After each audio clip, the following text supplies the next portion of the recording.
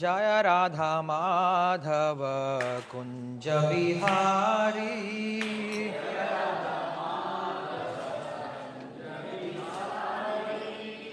जय राधा माधव कुंज बिहारी।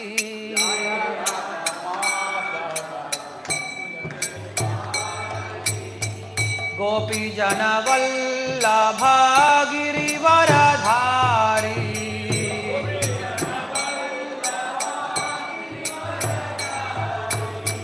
गोपी जन वल्लभ गिरिवरधारी।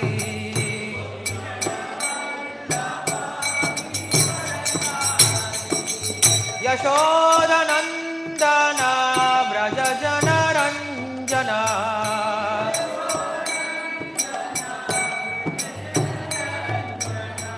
यशोदनंदन व्रज जन रंजन।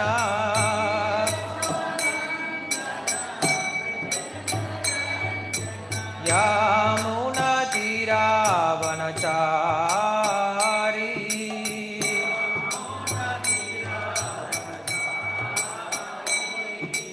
यमुना तीरावनचारी।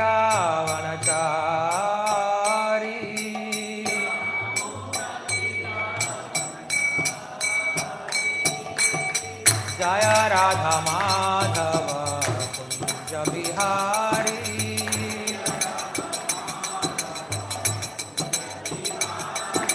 गोपी जन वल्लभ गिरिवरधारी।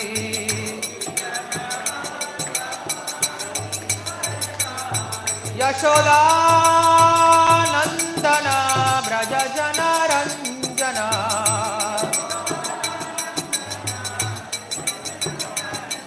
यशोदानंदन व्रज जन रंजन।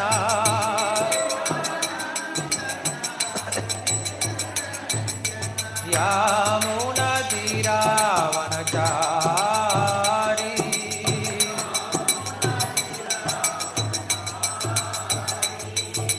यमुना तीरावनचारी।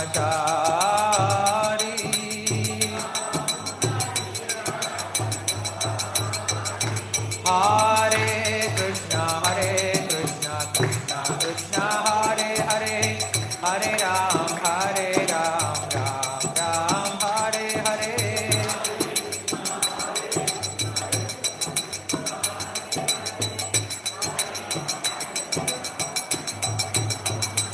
हरे कृष्ण कृष्ण कृष्ण हरे हरे, हरे राम राम राम हरे हरे।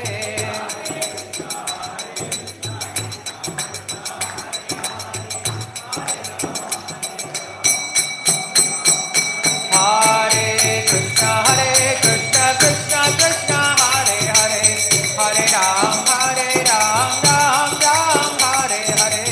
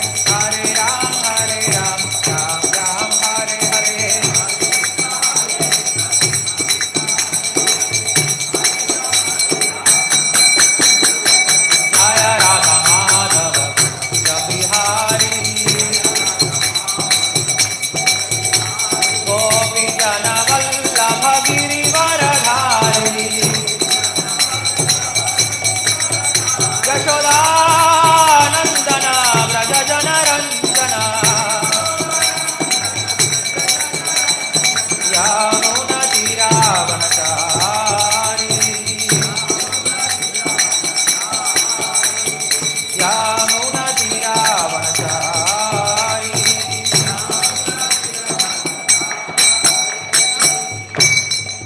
ग्रंथराज श्रीमद् भागवतम की जय, श्रील प्रभुपाद की जय। सर्वशास्त्रादि पीयूषा सर्ववेदैक सत्फला सर्वसिद्धान्तरण्णाढ्य सर्वलोकैकदृक्पदा सर्वभागवत प्राणा श्रीमद्भागवत प्रभो कलिद्वन्द्वोदिदादित्य श्रीकृष्ण परिवर्तिता परमानंद पाठाय प्रेमवर्षक्षरायते सर्वदा सर्वसेव्याय श्रीकृष्णाय नमोस्तुते। मदेकबन्धो मत्सङ्गिन् मद्गुरो मन्महादन मन्निस्तारक मद्भाग्य मदानन्द नमोस्तुते। असाधुस्साधुदादायि नदीनि चोदचाकर आनमुञ्च कदा शृण्मां प्रेम्णा हृत्कण्ठयोः स्फुराः।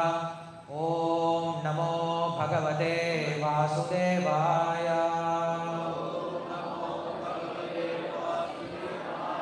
ॐ नमो भगवते वासुदेवाय। ॐ नमो भगवते वासुदेवाय।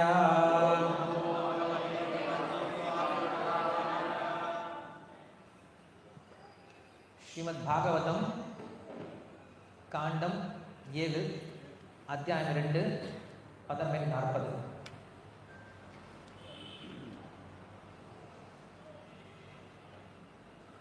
பேக் பண்ணி விட. ஸோ இன்று நிறைய பேர் பகவத்கீதை வினாடி வினா நிகழ்ச்சியில் பங்கு பெற்று வரக்கூடியவர்கள் இருப்பாங்க.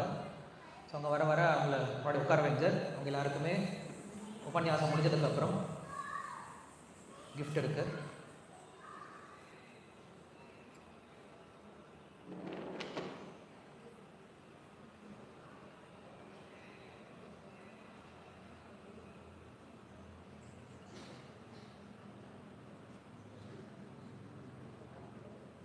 ரெண்டாம் அத்தியாயம் 40வது ஸ்லோகம் தானே.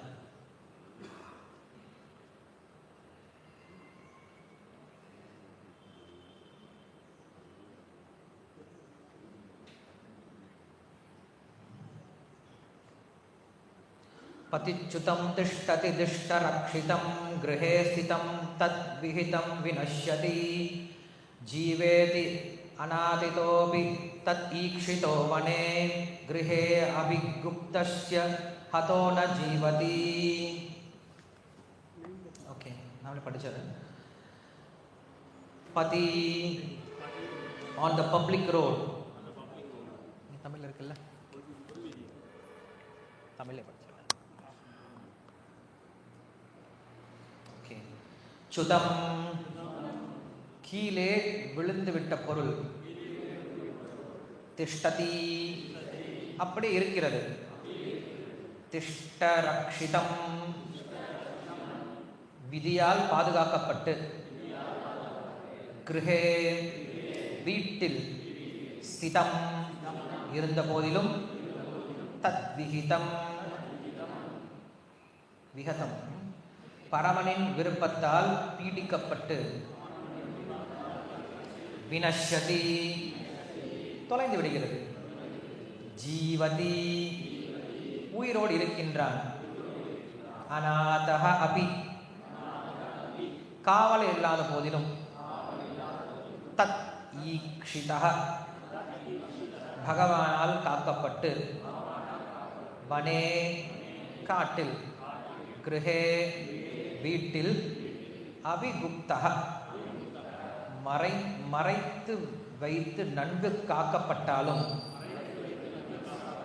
அஸ்ய அவன், ஹதஹ காக்கப்பட்டு, ந இல்லை, ஜீவதி பிழைப்பது. மொழிபெயர்ப்பு பொருளை வழங்குகிற அடுத்தராசா பக்தி வேதாந்த சுவாமி ஸ்ரீல பிரபுபாதா அகில உலக கிருஷ்ண பக்தி இயக்க ஸ்தாபகாச்சாரியர். ஃபர்ஸ்ட் இங்கிலீஷ்ல படிச்சு தமிழ் படிக்கிறேன்.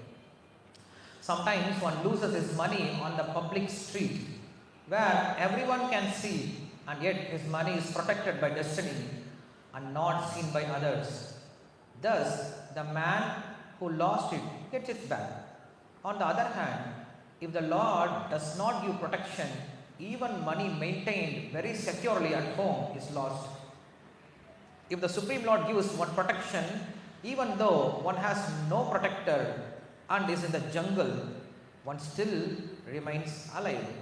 Whereas a person well protected at home by relatives and others sometimes dies, no one being able to protect him. Purport. These are examples of supremacy of the Lord. Our plans to protect or annihilate do not act, but whatever he thinks of doing actually happens. The examples given in this regard are practical. Everyone has had such practical experiences, and there are also many other clear examples. For instance, Prahalad Maharaja said that a child is certainly dependent on his father and mother, but in spite of their presence, the child is harassed in many ways. Sometimes in spite of a supply of good medicine and an experienced physician, a patient does not survive. Therefore, since everything is dependent on the free will of the Supreme Personality of Godhead, our only duty is to surrender to Him and seek His protection. ரொம்ப அழகான மொழிபெயர்ப்பு பொருளுரை. இன்னைக்கு இந்த உபன்யாசத்தை பேசுறது யார் தெரியுமா? ஸ்ரீ ஹிரண்யகசிபு உவாச. ஹிரண்யகசிபு உபதேசம் பண்ணிட்டு இருக்கார். ஹிரண்யகசிபு நம்மளுக்கு ஒரு நல்ல ஆச்சாரியர் தான் இல்லையா? எவ்வளோ அழகாக பேசுகிறார் பாருங்க. மொழிபெயர்ப்பு. சில சமயங்களில் எல்லோராலும் பார்க்கும்படியான பொது வீதியில் ஒருவன் தனது பணத்தை தொலைத்து விடுகிறான். இருப்பினும் மற்றவர்களால் காண முடியாதபடி அவனுடைய பணம் வீதியில் பாதுகாக்கப்படுகிறது. இவ்வாறாக அதை இழந்தவனே மீண்டும் அதை பெறுகிறான். மற்றொரு புறம் பகவான் பாதுகாப்பு அளிக்காவிடில் வீட்டில் பத்திரமாக வைக்கப்பட்டுள்ள பணம் கூட காணாமற் போய்விடுகிறது. பரமபுருஷர் ஒருவனுக்கு பாதுகாப்பு அளிப்பாரேயானில் அவன் பாதுகாவலர் இல்லாமல் காட்டில் இருந்தாலும் உயிரோடு இருக்கிறான். ஆனால் வீட்டில் உறவினர்களாலும் மற்றவர்களாலும் நன்கு பாதுகாக்கப்படும் ஒருவன் சில சமயங்களில் ஒருவராலும் காப்பாற்ற முடியாமல் மரணமடைகிறான். பொருளுரை. பகவானின் உயர்ந்த அதிகாரத்திற்கு பல உதாரணங்கள் உள்ளன. காப்பாற்றவோ அழிக்கவோ நாம் தீட்டும் திட்டங்கள் செயல்படுவதில்லை. ஆனால் பகவான் செய்ய நினைப்பது எல்லாம் உண்மையாகவே நிறைவேற்றுகின்றன. இது தொடர்பாக கொடுக்கப்படும் உதாரணங்கள் அனுபவபூர்வமானவையாகும். ஒவ்வொருவரும் இத்தகைய அனுபவங்களை பெற்றுள்ளனர். வேறு பல தெளிவான உதாரணங்களும் உள்ளன. உதாரணமாக, ஒரு குழந்தை தன் தாய் தந்தையரின் உதவியை நம்பியுள்ளது என்று பிரகலாத மகாராஜன் கூறினார். ஆனால் தாய் தந்தையர் இருக்கும் போது கூட குழந்தை பல வழிகளில் துன்புறுகின்றது. சில சமயங்களில் நல்ல மருந்தும் அனுபவமுள்ள ஒரு மருத்துவரும் இருந்த போதிலும் ஒரு நோயாளி உயிர் பிழைப்பதில்லை. ஆகவே அனைத்தும் பரமபுருஷரின் சுதந்திரமான விருப்பத்தையே சார்ந்துள்ளன என்பதால் அவரிடம் சரணடைந்து அவரது பாதுகாப்பை நாடுவதுதான் நம்முடைய ஒரே கடமையாகும். நம ஓம் விஷ்ணு பாதாய கிருஷ்ண பிரேஷ்டாய பூதலே ஸ்ரீமதே பக்தி வேதாந்த சுவாமிநிதி நாமினே நமஸ்தே சாரஸ்வதே தேவே கௌரவாணி பிரச்சாரிணே நிர்விசேஷ சூன்யவாதி பாஸ்யாத்ய தேசதாரிணே ஜய ஸ்ரீ கிருஷ்ண சைத்தன்ய பிரபு நித்யானந்த ஸ்ரீ அத்வைத கதாதர ஸ்ரீவாசாதி கௌரபக்த விருந்த ஹரே கிருஷ்ண கிருஷ்ண கிருஷ்ண ஹரே ஹரே ஹரே ராம ராம ராம ஹரே ஹரே யோந்த பிரவிஷ்ய வாசிமாம் பிரசுப்தாம் சஞ்சீவயத்தகில சக்திதரஸ்வதாம்னா அந்யாம் ஹஸ்தச்சரணஸ்ரவணத்வகாதீன் பிராணான் நமோ பகவதே புருஷாய துப்யம் பாந்த்வஸ்மான் புருஹூத வைரிபலவன் மாதங்கமாத்யத்ഘटा கும்போச்சாத்ரி விபாடனாதி கபனு பிரத்யேக வஜ்ராயுதாக ஸ்ரீமத்கண்டீரவாஸ்ய பிரதசுனகரா தாரிதாராதி தூர பிரத்வஸ்தத்வாந்த சாந்த பிரவித மனசா பாவிதா பூரிபாகைः पतिच्युतं तिष्ठति दिष्टरक्षितं गृहे स्थितं तद्विहितं विनश्यति जीवन्ति अनाद्योऽपि तत् ईक्षितो वने गृहे अभिगुप्तो अस्य हतो न जीवते. Sometimes one loses his money on a public street where everyone can see it, and yet his money is protected by destiny and not seen by others. Thus, the man who lost it gets it back. On the other hand, if the Lord does not give protection, even money maintained very securely at home is lost. If the Supreme Lord gives protection, even though one has no protector and is in the jungle, one remains alive, whereas a person well protected at home by relatives and other, sometimes dies, no one being able to protect him. Hare Krishna. Hare Krishna. நமஸ்காரம். எல்லாரையும் இந்த ஞாயிறு சத்சங்கம் நிகழ்ச்சிக்கு வரவேற்கிறோம். இன்று குறிப்பாக Bhagavad Gita online நிகழ்ச்சியில் நம்ம ப்ரோக்ராம் பண்ணியிருந்தோம். 18 நாள் வந்து பகவத்கீதை கற்றுக் கொடுத்துருந்தோம். அதில் நிறைய பேர் வந்து கலந்துக்கிட்டவங்களில் ஒரு சிலர் வந்து அதை சீரியஸாக படிக்கவும் செஞ்சாங்க. அப்படி செஞ்சவங்களே ஒரு சிலர் என்ன பண்ணாங்க அப்படின்னா ஆன்லைன் வினாடி நிகழ்ச்சியில் ஈடுபட்டாங்க. அப்படி ஈடுபட்டவங்களையும் ஒரு சிலர் வந்து இன்றைக்கி நாங்கள் கோயிலுக்கு வரோம் அப்படின்ற உறுதியோடு வந்திருக்காங்க. ஸோ அப்படி யாரெல்லாம் கோயிலுக்கு முதல் முறையாக வந்திருக்கீங்க உங்கள் எல்லாரையும் கிருஷ்ணவலராமர் கோயில் சார்பாக வரவேற்கிறோம். ஸோ இந்த உபன்யாசம் முடிஞ்சதுக்கப்புறம் நம்ம நேம் லிஸ்ட் இங்கே இருக்குது. ஸோ அவங்க நேம் லிஸ்ட் வைஸ் படிக்கிறோம். அவங்க வந்து இங்கே கிஃப்ட் வாங்கிக்கலாம் இன்றைக்கி. சரி, இன்றைக்கி ஸ்லோகம் பார்த்தோம் அப்படின்னா இந்த ஸ்லோகத்தில் நம்ம என்ன புரிஞ்சுக்கலாம் அப்படின்னா அந்த காலத்தில் எல்லாரும் நல்லா பேச முடியும் அப்படின்னு புரிஞ்சுக்கலாம் இல்லையா? எல்லாரும் நல்லா பேசுவாங்க. யார் பேசுவாங்க அப்படின்னா ஹிரண்யகசிபு கூட என்ன பண்ணுறான், நல்லா பேசுகிறான், நல்ல உபன்யாசம் கொடுக்குறான். இது யாருக்கு உபன்யாசம் கொடுக்குறான் அப்படின்னா அவங்களுடைய அம்மாவிற்கு. அவங்க அம்மா திதி என்ன ஆகுறா அப்படின்னா ரொம்ப கவலைப்பட்டு அழுதுட்டு இருக்கா. ஏன் அழுகிறா? ஏன்னா அவருடைய மூத்த மகன் ஹிரண்யாக்ஷன் இறந்துட்டான். யாரால் கொல்லப்பட்டாங்க? வராகரால் கொல்லப்பட்டார் இல்லையா? கொல்ல உடனே அவங்க அம்மா ரொம்ப கஷ்டப்பட்டு அழுதுட்டு இருக்காங்களாம். ஸோ அழுகக்கூடிய அம்மாவிற்கு எப்படி சமாதானப்படுத்த முடியும்? இந்த உலகத்தில் ஒரே ஒரு சமாதானம் தான் இருக்குது. நமக்கு உலகத்தில் எப்படிப்பட்ட பிரச்சனை வந்தாலும் எல்லா விதமான பிரச்சனைக்கும் ஒரே ஒரு சமாதானம் என்ன அப்படின்னா ஆத்ம ஞானம் மட்டும்தான். யார் ஒருவனுக்கு இப்போ ஒரு வீட்டில் இறந்தே போயிட்டாங்கன்னு வச்சுக்கோங்களேன், நான் போய் அவங்ககிட்ட என்ன சொல்லி சமாதானப்படுத்த முடியும்? கவலைப்படாதீங்க, உங்களுக்கு பெரிய வீடு இருக்குது, கவலைப்படாதீங்க, உங்களுக்கு குழந்தைங்க இருக்காங்க, கவலைப்படாதீங்க, நல்ல ஒய்ஃப் இருக்குங்களா, அழகான ஒய்ஃப் இருக்காங்க, நல்ல பணம் இருக்குது, நல்ல கார் இருக்குது, இப்போ தான் கார்லாம் வாங்கியிருக்கீங்க, போனால் போயிட்டு போட்டுங்க, ஒருத்தர் தான் செத்து போயிருக்கார், வீட்டில் எல்லாம் மிச்சவங்களாம் இருக்கீங்கல்ல, அப்படி நம்ம என்ன பண்ண முடியாது? அவங்கள போய் சமாதானம்லாம் பண்ண முடியாது. என்ன சொல்லி சமாதானப்படுத்துவோம்? அவ்வளோதான் சார், அவங்களுடைய ஆத்மா நல்ல கதி அடையட்டும். நம்ம என்ன பண்ணலாம்? அவங்க ஆத்மாவுக்காக பிரார்த்தனை பண்ணிக்கலாம். கண்டிப்பாக அந்த ஆத்மா நம்மளை பார்த்துட்டு தான் இருக்குது, அந்த ஆத்மா நம்ம என்ன பண்ணலாம்? திருப்திப்படுத்துகிற மாதிரி செயல்பாடுகளை பண்ணலாம் அப்படின்னு சொன்னால் தான் ஆறுதல் அடைவாங்க. மற்ற எது சொன்னாலும் அவங்களுக்கு என்ன ஆகாது? அது ஆறுதலாகவே அமைய போகிறது கிடையாது. நம்ம ஸ்ரீமத் வால்மீகி ராமாயணத்தில் பார்த்தாலுமே அங்கே தாரை என்ன பண்ணுறா அப்படின்னா வாலி இறந்ததுக்கு அப்புறம் அடிச்சுட்டு அழுகிறா. அப்போ என்ன பண்ணுறார்? ராமர் சொல்லி அனுப்புகிறார், ஹனுமான் கிட்ட சொல்கிறார், நீ இப்போ என்ன பண்ண ஆத்ம ஞானத்தை சொல்லிக் கொடு அப்படின்னு சொல்லி சொல்கிறார். ஹனுமான் போய் என்ன பண்ணுறார்? தாரைக்கு ஆத்ம ஞானத்தை சொல்லிக் கொடுக்குறார். அதனால் அவன் வந்து சாந்தம் அடைஞ்சான். அதே போல் இறுதியில் பார்த்தோம் அப்படின்னா ராவணன் அவனும் இறந்துட்டான். இறந்ததுக்கப்புறம் மண்டோதரியும் பயங்கரமாக அழுகிறார். ஸோ அப்போ என்ன பண்ணுறார்? ராமரே வந்து விபீஷணன் அனுப்பி நீ என்ன பண்ணு, ஆத்ம ஞானத்தை உபதேசம் பண்ணுன்னு சொல்லி சொல்கிறேன். இதே போல் தான் நம்ம எங்கே பார்க்குறோம்? வேற என்ன உதாரணம் தெரியும்? இந்த போல் ஆத்ம ஞானத்தை உபதேசம் பண்ணி ஒரு பிரச்சனையை சால்வ் பண்ண விஷயங்கள் எங்கெல்லாம் பார்த்துருக்கீங்க? பகவத்கீதையில் பார்த்துருக்கோம் இல்லையா? பகவத்கீதையில் கிருஷ்ணன் என்ன தான் பேசினார்? ஃபர்ஸ்ட்டு ஆத்மா பற்றி தான் பேசினார் இல்லையா? ஒரு பிரச்சனைன்னு வரும்போது நான் முதல்ல அட்ரஸ் பண்ண வேண்டிய விஷயம் என்ன அப்படின்னா ஆத்ம ஞானம் தான். ஏன்னா ஆத்ம ஞானம் அப்படிங்கிறது ஒருவனை ரொம்ப சீக்கிரத்தில் ரொம்ப கீழே மூழ்கி இருக்கவனை, கஷ்டத்தில் மூழ்கி இருக்கவனை என்ன பண்ணுது? ரொம்ப சீக்கிரத்தில் மேலே கொண்டு வந்துடுது. ரொம்ப கஷ்டத்தில் இருக்கவனை என்ன பண்ண முடியும்? அவனை தேர்த்தணும் அப்படின்னா அவனுடைய பெருமையை தான் எடுத்து சொல்லணும். அதெல்லாம் உபனிஷத் சொல்லுது, மகாந்தம் விதும் ஆத்மானம் மத்வா சோச்சிதம் ந அர்ஹசி அப்படின்னு சொல்கிறாங்க. நம்ம எப்படி தேர்த்துக்க முடியும் அப்படின்னா ஒருவருக்கு எப்பயாவது கஷ்டகாலம் வரும்போது அவங்க எப்படி அவங்களுக்கு சமாதானம் சொல்லிக்க முடியும்?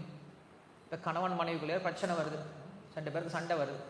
சண்டை வந்தால் அவங்களுக்கு சமாதானமாக என்ன சொல்ல முடியும்? நம்ம அவங்களுடைய நல்ல நேரத்தை என்ன பண்ண சொல்லி காட்டணும். பாருங்கப்பா, நீங்கள் ஒரு காலத்தில் இப்படிலாம் வாழ்ந்துருக்கீங்க. அவங்களுடைய ஃபோட்டோஸ்லாம் அவங்க எடுத்து பார்ப்பாங்க, மெமரிஸ்லாம் எடுத்து பார்ப்பாங்க.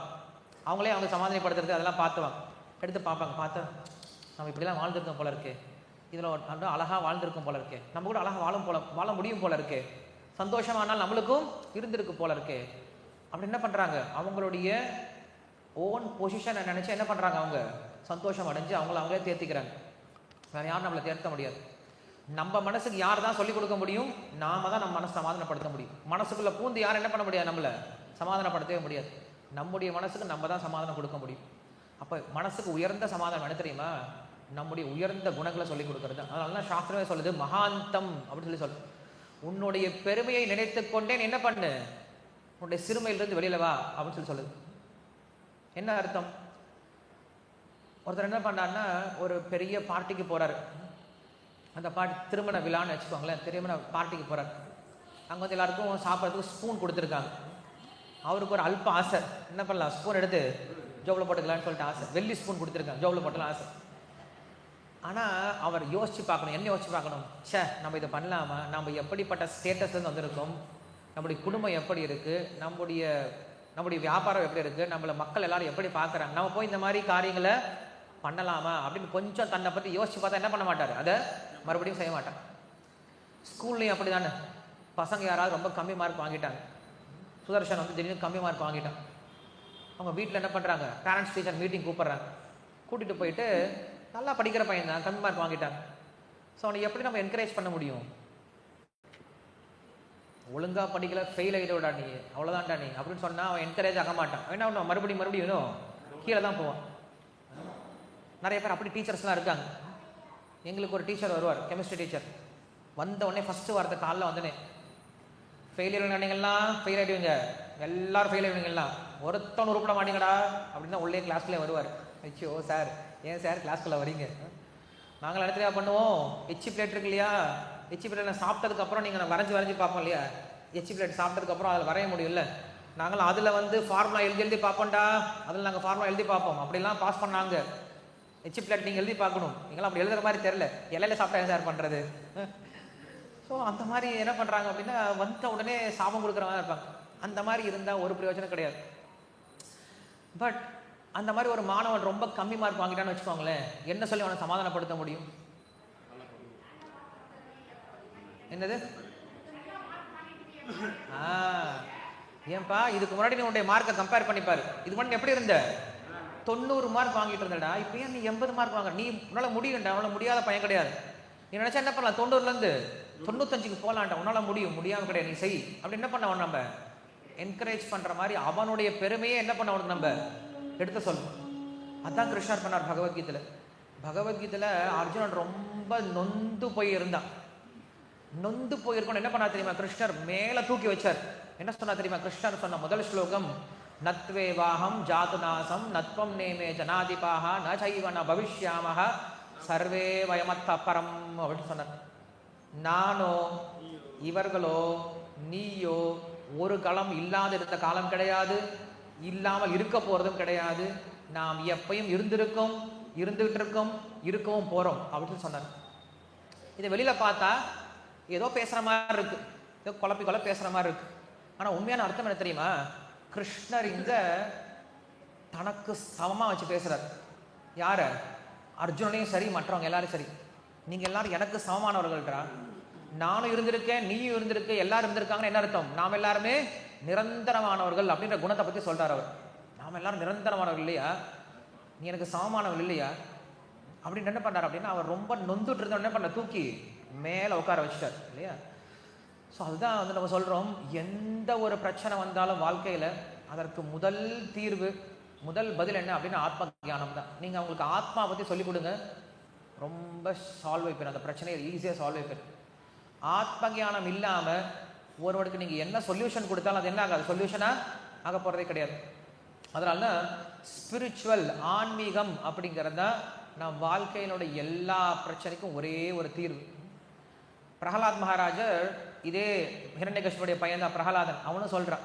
என்ன சொல்கிறான் அப்படின்னா, யஸ்மாத் பிரிய அப்பிரிய வியோக சயோக ஜன்ம சோகாக்னினா சகல யோனிசு தக்ஷமானஹ துக்கௌஷதம் ததபி துக்கம் அதத்தியாகம் பூமான் பிரமாமி வதமே தவதாசிய யோகம் அப்படின்னு சொல்கிறான். என்ன அர்த்தம், இந்த உலகத்தில் மக்கள் எல்லாரும் துன்பப்பட்டு இருக்காங்க. எப்படிப்பட்ட துன்பம் தெரியுமா படுறாங்க, நம்மளுடைய துன்பம் என்ன தெரியுமா, நமக்கு யாரை பிடிக்கவே பிடிக்காதோ அவங்களோட வாழ்நாள் முழுவதும் வாழணும், நமக்கு யார் ரொம்ப பிடிக்குமோ அவங்க நம்மளை ரொம்ப சீக்கிரம் நம்மளை விட்டு போயிடுவாங்க இல்லையா. இப்படிப்பட்ட ஷோக அக்னியில் மக்கள் என்ன பண்ணியிருக்காங்க, தவிச்சிட்டு இருக்காங்களா. சரி, இதற்கு ஏதாவது தீர்வு கண்டுபிடிக்கலாம் அப்படின்னு என்ன பண்ணுறாங்க, ஒரு தீர்வு கண்டுபிடிக்கிறாங்களா. அதுக்கப்புறம் என்ன ஆகுது, அந்த தீர்வே மறுபடியும் ஒரு பிரச்சனைக்கு காரணமாக முடியுது. துக்க ஔஷதம் ததப்பி துக்கம் அப்படின்னு சொல்லி சொல்கிறாங்க. துக்க ஔஷதம்னா மெடிசன். ஒரு பிரச்சனைக்கான மெடிசனே மறுபடியும் என்ன மாறுதா, இன்னொரு பிரச்சனைக்கு காரணமாக மாறிடுது அப்படின்னு சொல்லி சொல்கிறாங்க. காரணம் என்ன அப்படின்னா, அவங்களுக்கு உண்மையான மெடிசன் அப்படிங்கிறது தெரியல. அதான் சொல்கிறாரு, பூமான் பிரமாமி வதமே தவதாச யோகம். உன்னுடைய சேர்க்கை இல்லையா, உன்னுடைய சங்கம் எனக்கு கிடைச்சிருச்சு அப்படின்னா, யாருடைய சங்கம்? பகவானுடைய சங்கம் கிடைச்சிருச்சு அப்படின்னா இதுதான் எனக்கு உண்மையான பிரச்சனைக்கான தீர்வு அப்படின்னு சொல்கிறேன். அதுபோல் நம்முடைய வாழ்க்கையில் இருக்கக்கூடிய எல்லா பிரச்சனைக்கும் ஒரே ஒரு தீர்வு என்ன அப்படின்னா இந்த ஆத்ம ஞானத்தை புரிஞ்சுக்கிட்டோம். ஆத்ம ஞானம் அப்படின்னா என்னது? நான் ஆத்மான்னு புரிஞ்சுக்கிட்டேன் அப்படின்னா என்ன அர்த்தம்? இதற்கு இங்கே நிறைய பேர் பகவத்கீதை கேட்டதுனால இல்லை பகவத்கீதை கேட்டு வந்ததுனால இந்த கதையை நான் திருப்பி சொல்கிறேன். பகவத்கீதையோட ஆரம்பத்திலேயே நம்மளுக்கு ராமானுஜாச்சாரியர் என்ன சொல்கிறார், பகவத்கீதை கேட்பதனால என்ன பிரயோஜனம் அப்படின்னு சொல்கிறார். என்ன பிரயோஜனமா? பகவத்கீதை கேட்டால் என்ன பிரயோஜனம் வரும் சார் அப்படின்னு ஒருத்தர் கேள்வி கேட்கலாம். பகவத்கீதை கேட்டால் ஒரு பிரயோஜனத்தை பற்றி யோசிக்காதீங்க சார், பகவத்கீதை கேட்கறது என்னதான் பிரயோஜனம் தான். ஒருத்தர் கேள்வி கேட்கக்கூடாது, குலோப் ஜாமுன் சாப்பிட்டா எனக்கு என்ன சார் பயன் கிடைக்கும் அப்படின்னு என்ன பண்ணக்கூடாது, கேள்வி கேட்கக்கூடாது. ஏன்னா குலோப் ஜாமுன் சாப்பிட்றது என்னதான், அதுவே பயன்தான். நான் குலோப் ஜாமுன் சாப்பிட்டா எனக்கு வேற ஏதாவது கிடைக்குமா அப்படின்னு கேட்கக்கூடாது. இப்போ நம்ம அதுக்கு எது கேட்கலாம்? இப்போ நம்ம வேப்பம் பூக்கு அது கேட்கலாம், நான் வேப்ப இலை சாப்பிட்டா எனக்கு என்ன கிடைக்கும், ஆரோக்கியம் கிடைக்கும், இப்போ கசப்பாக இருக்கும் அப்புறம் நல்லது கிடைக்கும் அப்படின்னு நினைக்கலாம். ஆனால் பக்தி அப்படி கிடையாது. பக்தி எப்படிப்பட்டதாக இருக்குமா? நீங்கள் செய்யும் பொழுதே தித்திப்பாக இருக்கும், அதுவே நம்மளுக்கு பலனாகவும் அமைஞ்சு போயிடும். நம்ம தனியாக ஒன்றும் பண்ண வேண்டிய அவசியம் கிடையாது. ஸோ அதனால தான் ராமானுஜாச்சாரியர் இந்த அழகான ஸ்லோகம் சொல்கிறாரு. என்ன சொல்கிறார் அப்படின்னா, இந்த கதை சொல்கிறாரு. ஒரு ராஜா என்ன பண்ணுறாரு, தன்னுடைய இளவரசனை கூட்டிக்கிட்டு காட்டுக்கு போகிறாரு, வேட்டையாடுறதுக்காக போகிறார். போன இடத்துல வேட்டையாடக்கூடிய மும்மரத்தில் மகன் என்ன பண்ணிட்டாரு, மறந்து போயிட்டார்.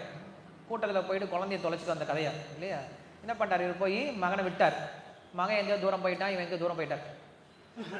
ரொம்ப நேரம் தேடி பார்த்தாரு, மகன் கிடைக்கவே இல்லை. அப்புறம் என்ன பண்ணிட்டார், இவர் திரும்ப தன்னுடைய இடத்துக்கு வந்துட்டார். அந்த பையன் என்ன பண்ணுறான் அப்படின்னா, இங்கெங்கே சுற்றிட்டு ஒரு வேடனுடைய வீட்டில் போய் என்ன பண்ணுறான், தஞ்சம் அடைஞ்சிட்டான்.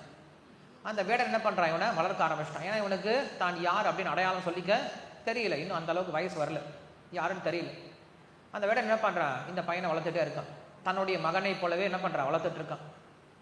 அப்போ என்ன பண்ணுவான், அந்த வேடன் என்ன பண்ணுவான், அவனுக்கு எப்படி ட்ரெஸ் பண்ணி விடுவான், ஒரு வேடனை போலவே ட்ரெஸ் பண்ணி விட்டுறான்.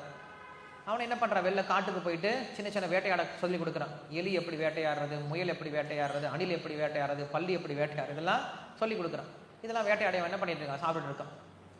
இங்கே ராஜாவோ புலம்பிட்டு இருக்கார், மகன் எங்கே போனான்னு தெரியலன்னு சொல்லிட்டு அமைச்சர்கள் அனுப்பிச்சு வைக்கிறார். ஸோ அதில் அமைச்சர்கள்லாம் என்ன பண்ணுறாங்க, தேட ஆரம்பிக்கிறாங்க. அப்போ ஒருத்தர் இந்த மகனை பார்க்குறாரு. பார்த்த உடனே அவர்கிட்ட கேட்குறாரு, யாருப்பா நீ அப்படின்னு கேட்குறாரு. நான் வேடன் அப்படின்னு சொல்கிறேன். இல்லை நீ வேடனா தெரியல, ஏன்னா அவனுடைய லட்சணத்தை பார்த்தோம் அப்படின்னா நீ வேடனை போல இல்லை. ஏன் எப்படி இருக்கு, என்னை பார்த்தா, உன்னை பார்த்தா எங்கள் ஊர் ராஜா மாதிரி இருக்கு. ராஜாவா? ஏன் சார் நீங்கள் வேற ஜோக் பண்ணுறீங்க, நானே எலி கிடைக்குமா பூனை கிடைக்குமா நான் ஓடிக்கிட்டு இருக்கேன், என்ன ராஜான்னு வேறு சொல்கிறீங்க. இல்லைப்பா நான் சத்தியமாக தான் சொல்கிறேன். ஏன்னா எங்கள் ராஜாவுக்கு உண்டான எல்லா குணங்களும் என்ன இருக்குது உங்ககிட்ட, எல்லா லட்சணங்களும் அப்படி அமைஞ்சிருக்கு. அதனால சொல்கிறேன், உண்மைதான் அது, நீ என்னை நம்பு அப்படின்னு சொல்கிறேன். இப்போ அந்த வேடன் என்ன பண்ணலாம் அப்படின்னா, ரெண்டு விஷயத்தை எடுத்துக்கலாம். ஒன்று நம்பலாம், இல்லை நம்பாமல் விட்டுடலாம். நம்பாமல் விட்டால் என்ன ஆகும், அவன் எப்படி இருக்க போகிறான், மறுபடியும் வேடனாகவே தொடர போகிறான். அவன் வாழ்க்கை அப்படியே போக போகுது. நான் வேடன், நான் வேடன், நான் தரித்திரன், நான் தரித்திரனே வாழ்க்கையை நடத்திட்டு போகிறான். இதுவே அவன் நம்பிட்டான்னா என்ன ஆகும், அவன் மனசில் என்ன தெரியுமா வரும், முதல் விஷயம் என்ன தெரியுமா வரும், ஒரு சந்தோஷம் வரும், ஒரு இணை புரியாத சந்தோஷம் வரும். என்ன சந்தோஷம் வரும், அவனே என்ன பண்ணான், காலை தூக்கி விட்டுப்பான். டேய் நான் இளவரசன்டா, இனிமேல் நான் ஒன்றும் பிச்சைக்காரன் இல்லைடா அப்படி என்ன பண்ணுவான், கையில் வச்சிருந்த எல்லாத்தையும் அப்படியே தூக்கி போட்டுருவான். புரிஞ்சுக்கிட்டான், அவ்வளோதான். ட்ரெஸ் எப்படி இருக்கு, வேடனை போல தான் இருக்கு. இப்போ என்ன தான் சாப்பிட்டு இருக்கான் அவன், அதே முயலே எலி தான் சாப்பிட்டு இருக்கான். ஆனால் எங்கே சேஞ்ச் வந்திருக்கு, இப்போ கான்சியஸ்னஸில் சேஞ்ச் வந்துருச்சு. பார்க்கறதுக்கு பிச்சைக்காரனாக தான் இருந்தான், ஆனால் அவன் மனசெல்லாம் என்ன ஆயிட்டான், இப்போ பெரிய செல்வந்தனா மாறி போயிட்டான். அப்புறம் என்ன பண்ணுவான் அவன், அந்த அமைச்சர்கிட்ட கேட்குறான், எப்படி எங்கள் அப்பா கிட்ட போய் சேருது, எனக்கு வழி சொல்லுங்களேன். அவன் வழி சொல்லிட்டார்.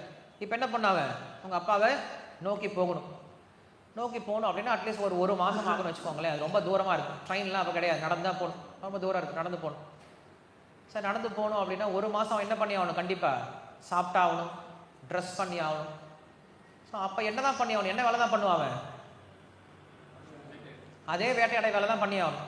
அவன் போய் எல்லார்கிட்டையும் சொல்ல முடியுமா, ஏய் நான் இளவரசன் காசு போடுறான் அப்படின்னு கேட்க முடியுமா, ஏன்னா யாருக்குமே தெரியாது உங்களை, நீங்கள் யாருன்னு யாருக்குமே தெரியாது, உங்களுக்கு மட்டும்தான் தெரியும், மற்றவங்களுக்கு தெரியாது.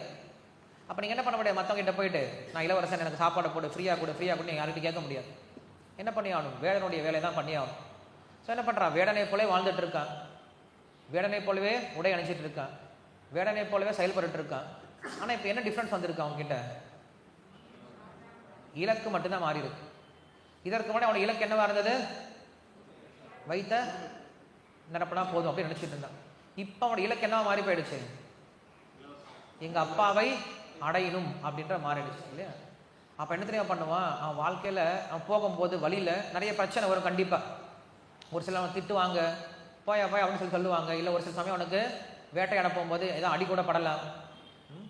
ஸோ அப்போ என்ன பண்ணுவான்னா அவனை தேர்த்திப்பான். எப்படி தேர்த்திப்பான், பரவாயில்லடா கொஞ்ச நேரம் தான், கொஞ்ச நாள் தான், பரவாயில்ல கொல்லப்படாது, நம்ம அப்பா கிட்ட போயிடலாம், அப்பா கிட்ட போயிட்டு அதான் சால்வ் போயிடலாம், கொஞ்ச நாள் தான் பொறுத்துக்கலாம். அவன் என்ன பண்ணுறான், தன்னுடைய உயர்தன்மையை ஞாபகப்படுத்தி கொண்டே என்ன பண்ணுறான், தன்னுடைய கஷ்டத்துலேருந்து அவன் வெளில வந்துடுறான் இல்லையா. அப்படி இந்த உலகத்தில் நாம் நம்முடைய கஷ்டத்துலேருந்து வெளியில் வரணும் அப்படின்னா நம்முடைய உயர்தன்மையை நம்ம ஆலோசனை பண்ணிட்டு என்ன பண்ணலாம், நம்ம வெளில வந்துடலாம். சரி பிரபு, அப்படி நம்மக்கிட்ட என்ன உயர்தன்மை இருக்குது, நம்மக்கிட்ட என்ன உயர்தன்மை இருக்குது அப்படின்னா நாம் எல்லாருமே ஆத்மா அப்படின்ற உயர்ந்த தன்மை ஒன்று இருக்குது நம்மக்கிட்ட, நிரந்தரமானவர்கள் அப்படின்னு உயர்ந்த தன்மை இருக்குது. சரி, ஆத்மாவுக்கு என்ன உயர்ந்த தன்மை இருக்குது. இப்போ அந்த பையன் இருக்கான்ல, அவன் என்ன சொல்கிறான், அவன் இளவரசன் இளவரசன் சொல்லிக்கிறான். பட் உண்மையாலுமே அவன் எப்போ இளவரசன் ஆவான், அப்பா கிட்ட போய் சேர்ந்தாதான் ஆவான். இங்கேயே உட்காந்துட்டு நான் இளவரசன்டா நான் இளவரசன் சொன்னால் யாருமே நம்ப மாட்டாங்க இல்லையா. அப்போ உயர்தன்மை எப்போ வரும், அந்த சேர்க்கையில் தான் வரும் இல்லையா. அதுபோல் நம் ஆத்மானு புரிஞ்சுக்கிட்டா மட்டும் பத்தாது, இந்த ஆத்மா என்ன பண்ணும், அடுத்தது பகவானுடைய சேவையில் பகவானுடைய தொடர்பில் இருந்தால் மட்டும்தான் இந்த ஆத்மாவிற்கு மதிப்பும் இருக்கு. அதனால்தான் ஆத்ம ஞானம் அப்படிங்கிறது ஒருவனுக்கு உடனடியான தீர்வு கொடுக்கும். எந்த பிரச்சனையாக இருந்தாலும் ஆத்ம ஞானம் ஒருவனுக்கு தீர்வு கொடுக்கும். அதான் பிரகலாத் மகாராஜ் சொல்றார். இங்கே ஆச்சரியமான விஷயம் என்ன அப்படின்னா, இதை பக்தர்கள் மட்டும் சொல்றது கிடையாது, அசுரர்கள் கூட என்ன பண்றாங்க, இதுதான் பேசுறாங்க. அசுரர்களும் இதுதான் பேச சொல்லி கொடுக்குறாங்க. இங்கே ஹிரண்யகசிப்பு என்ன பண்றான், அவங்க அம்மா கிட்ட போய் கேட்குறான். ஹிரண்யாக்ஷன் இறந்துட்டான், அவங்க அம்மா அழுதுட்டு இருக்காங்க, என் மகன் போயிட்டான் அழுதுட்டு இருக்காங்க. ஹிரண்யகசிப்பு போய் கேட்குறான், அம்மா உன்னுடைய மகன் வாய் நிறைய சொல்றியே, உன்னுடைய மகனை நீ எந்த ஃபேக்டரியில் உற்பத்தி பண்ணி கொண்டு வந்த இல்லையா, ஏதாவது ஒரு ஃபேக்டரி வச்சிருக்கியா, ஏதாவது கடைக்கு போயிட்டு 2 கண்ணு கொடுங்க, ஒரு மூக்கு கொடுங்க, கொஞ்சம் பல்லு கொடுங்க, 2 காது கொடுங்க, கொஞ்சம் ரத்தம், எலும்பு, மஜ்ஜை, மாமிசம் இதெல்லாம் கொடுத்து ஒரு பேக் மாதிரி தைச்சு ஒரு பையனை உருவாக்குனே, ஒரு பொம்மை, அதெல்லாம் பொம்மை பண்ணுவாங்கல்ல, இந்த என்ன பொம்மை செய்வாங்க, இந்த காட்டுலாம் சோளக்காட்டு பொம்மை, அந்த மாதிரி ஏதாவது பொம்மை ஏதாவது பண்ணி வச்சிருக்கியா நீ, உன் பையன் சொல்கிறியே, நீ ஏதாவது பண்ணையா? கண்டிப்பாக இல்லை. ஒரு குழந்தை, ஒரு சிசு எப்படி உருவாகுதுன்னு நம்ம யாருக்குமே என்ன கிடையாது, ஐடியாவே கிடையாது. பகவானா பார்த்து என்ன பண்ணாரு, ஒரு சிசுவை வயிற்றுக்குள்ள வச்சாரு, பகவானா பார்த்து அதை வளர்த்தாரு, பகவானா பார்த்து வெளில கொண்டு வந்தாரு. வெளில கொண்டு வந்ததுக்கு அப்புறம் என்ன பண்றாரு, அதற்கு உணவு கொடுக்கறதும் அதை பாதுகாக்கிறதும் யாரு தான், பகவான் தான். நம்மால என்ன பண்ண முடியும் அப்படின்னா அதற்கு உணவு வேணா கொடுக்க முடியும். அந்த உணவு யார் தான் கொடுத்தா அவனை மறுபடியும் பகவான் பார்த்து உணவு கொடுக்கலாம், நம்மளுக்கு உணவு கிடையாது. இப்போ நிறைய ஸ்டார்ட் அப்லாம் வந்துட்டு இருக்கு, நிறைய பேர் பிஸ்னஸ்லாம் ஆரம்பிக்கிறாங்க. எலான் மஸ்க் என்ன பண்ண போறாரு, அடுத்தது சேட்டலைட் அனுப்ப போறாரு, மார்ஸுக்கு சேட்டலைட் அனுப்ப போறாரு, தண்ணிலேயே ஓடக்கூடிய இன்ஜின்லாம் பண்ண போறாரு. நிறைய புது கண்டுபிடிப்புலாம் வந்துருச்சு, சபாஷ், வெரி குட் தான். ஆனால் எந்த எலான் மஸ்கோ இல்லை எந்த அதானியோ இல்லை எந்த அம்பானியோ இல்லை எந்த ஆப்பிள் நிறுவனம் என்ன பண்ண முடியாது அப்படின்னா, நாங்கள் இது மேலே தானியத்தை உருவாக்க போகிறோம் எங்கள் ஃபேக்ட்ரியில் அப்படின்னு உருவாக்க முடியாது. எலான் மஸ்க் ஒரு கம்பெனி ஓப்பன் பண்ணியிருக்காரு, தக்காளி உற்பத்தி பண்ணக்கூடிய கம்பெனி. ஒரு பெரிய மெஷின் இருக்கும், அந்த மெஷினில் இவ்வளோ கெமிக்கல் ஊற்றுவாங்க, கெமிக்கல் ஊற்றுனா என்ன ஆகும், இந்த பக்கம் தக்காளி பழம் வந்துட்டு இருக்கு. உங்களுக்கு எந்த மாதிரி தக்காளி பழம் வேணுமோ அந்த மாதிரி தக்காளி பழம், 1 கிலோவில் வேணால் 1 கிலோ தக்காளி பழம், ஒரே பழம். உங்களுக்கு 2 கிலோ தக்காளி பழம் வேணால் 2 கிலோ தக்காளி பழம் கிடைக்கும். உங்களுக்கு ஸ்வீட்டாக வேணுமா, நீங்கள் என்ன பண்ணலாம், அது டேரெக்டாகவே டொமேட்டோ சாஸ் மாதிரி சாப்பிட்டுக்கலாம். ஸ்வீட்டாக வேணுமா ஸ்வீட்டாக, இல்லை எனக்கு ரசத்துக்கு போகணும் அப்படின்னா புளிப்பா வேணுன்னா புளிப்பா, எப்படி வேணா பண்ணிக்கலாம். அப்படின்னு யாராவது பண்ண முடியுமா அப்படின்னா ஒருத்தராலையும் அதை பண்ண முடியாது. கிருஷ்ணன் சொன்னார், பகவத்கீதையில் படித்தோம் நம்ம, அன்னாத் பவந்தி பூதானி அப்படின்னு சொல்லி சொன்னார். இந்த உலகம் எல்லாம் எதை தான் சார்ந்திருக்கு, அன்னத்தை சார்ந்தா இருக்கு. இந்த அன்னத்தை யார் என்ன பண்ண முடியாது, ஃபேக்டரியில் உட்காந்து உற்பத்தி பண்ணவே முடியாது. ஆக நம்ம எல்லாருமே இயற்கையை சார்ந்துதான் இருந்தாலும், இயற்கை இல்லை அப்படின்னா, இயற்கையினால் நம்மளுக்கு ஒரு வளம் இல்லை அப்படின்னா நம்மளால எதையுமே சாதிக்க முடியாது. எந்த நாட்டில் இயற்கை வளம் அதிகமாக இருக்கும் அந்த நாடு ரொம்ப சீக்கிரமாக முன்னேறும். சரி, இயற்கை வளம் நல்லா இருக்குன்னா நம்மளுக்கு என்ன வேணும்? கண்டிப்பா மழை இருக்கணும். மழை இருந்தா இயற்கை வளம் நல்லா இருக்கும். மழை வருவதற்கு என்ன செய்யணும் அப்படின்னு கேட்டோம். அப்படின்னு அவர் சொல்றாரு, யஜ்ய சிஷ்டாசினஹ அப்படின்னு சொல்றாரு. நாம் யஜ்யம் செஞ்சா மழை பெய்யும் அப்படின்னு சொல்றாங்க. யஜ்யம்னா என்ன சார்? ஓம் ஸ்வாஹா ஓம் ஸ்வாஹா ஓம் ஸ்வாஹான்னு அக்னி பண்றதா யஜ்யம் அப்படின்னா கிடையாது. யஜ்யம் அப்படின்னா நமக்கு விதிக்கப்பட்ட கடமையை நாம் பகவானுக்கு வழிபாடாக செஞ்சோம் அப்படின்னா அதுதான் என்ன சொல்றாரு? யஜ்யம் அப்படின்னு சொல்றாரு. வழிபாடு பக்தி அப்படிங்கிறது நம்ம புதுசா கத்துக்க வேண்டிய விஷயம்லாம் கிடையாது. நாம் செய்யக்கூடிய காரியத்தையே நாம் எப்ப பகவானுக்காக அப்படின்னு செய்ய ஆரம்பிக்கிறோம், அது என்னது? அதுவே பக்தியா மாறி போயிடுது, அதுவே யஜ்யமா மாறி போயிடுது. ஸோ இப்படிப்பட்ட யஜ்யத்தை என்ன பண்றாரு? இப்படிப்பட்ட யஜ்யம் செஞ்சோம் அப்படின்னா மழை நல்லா பொழியும் சொல்றாரு. சரி, விஷயம் என்ன அப்படின்னா, இங்க அந்த ஹிரண்யகசிபு அவங்க அம்மா கிட்ட சொல்றான், எந்த பையனை நீ உருவாக்குன? உன்னுடைய விஷயத்தினால எதை உருவாக்குன? நீ உருவாக்குனியா? நீ உருவாக்கவே இல்லை. அப்புறம் என் பையன் என் பையன் என் பையன் வாய் நிறைய சொல்றியே, உன் பையன் எங்கம்மா இருக்காங்க? அடுத்தது உதாரணம் சொல்ற. சரி, உன் பையன் சொல்றல்ல, நீ யார உன்னுடைய பையன் சொல்லிட்டே இருந்தியோ அவன் முன்னாடி தான் படுத்துட்டு இருக்கான். ஆமாவா இல்லையா? நீ யார் இத்தனால என்னுடைய மகன் ஆசையா வளர்த்தியோ, எந்த மகன்கிட்ட நல்லா கொஞ்சுக்குள்ளாவே பேசிட்டு இருந்தியோ அந்த மகன் என்ன பண்றான்? இன்னைக்கு முன்னாடி அப்படியே படுத்துட்டு தான் இருக்கான். ஆனா என்ன சொல்ற? இது என் மகனே இல்ல, என் மகன் போயிட்டான்னு சொல்ற. என்ன சொல்ற? போட்டோல காட்டுற, என்னுடைய பையன் யாருங்க? இதான் ஆல்பத்தில் காட்டிக்கிறோம். இங்க பாருங்க, என் மகன் இங்க இருக்கா, இதுதான் என் பையன், இது என் பையங்க. எல்லாத்துக்கும் பெருமையா காட்டிப்போம், போட்டோலையும் காட்டிப்போம். யாராவது இன்னைக்கு எல்லாரும் எல்லாம் போன்ல வச்சுட்டு இருக்கோம். எங்க உங்க பையன் எப்படி இருக்காங்க காட்டு. எங்க பையனா போன்ல வச்சிருக்காங்க. ஓஹோ, உங்க பையன் போன்ல தான் இருப்பானா? எங்க இருப்பான் உங்க பையன்? எங்க பையன் எங்க அமெரிக்காவில் இருப்பான். ரொம்ப என் மேல ரொம்ப பாசம், வருஷத்துக்கு கண்டிப்பா ஒரு முறையாவது போனாவது பண்ணிடுவான் இல்லையா? வர்றது தெரியலங்க, ரொம்ப பிஸியா இருப்பான். மேபி நான் இறந்து போனா அவன் கண்டிப்பா என்னை பார்த்துருவான், ஒரு முறை கண்டிப்பா பார்த்துருவான் இல்லையா? என்ன பண்றோம், நம்ம எல்லாரும் போட்டோல காட்டிட்டு இருக்கோம், என் பையன் இங்க இருக்கான், என் பையன் இங்க இருக்கான். இப்ப கேட்கிறோம், எங்கங்க உங்க பையன்? என் பையன் போயிட்டாங்க. என்னங்க போட்டோல காட்டின பையன் இங்க தானே படுத்துட்டு இருக்கான். இல்லங்க, இது என் பையனே இல்லைங்க. அப்படின்னா வேற யாராவது உங்க பையன் இருந்திருக்கானா?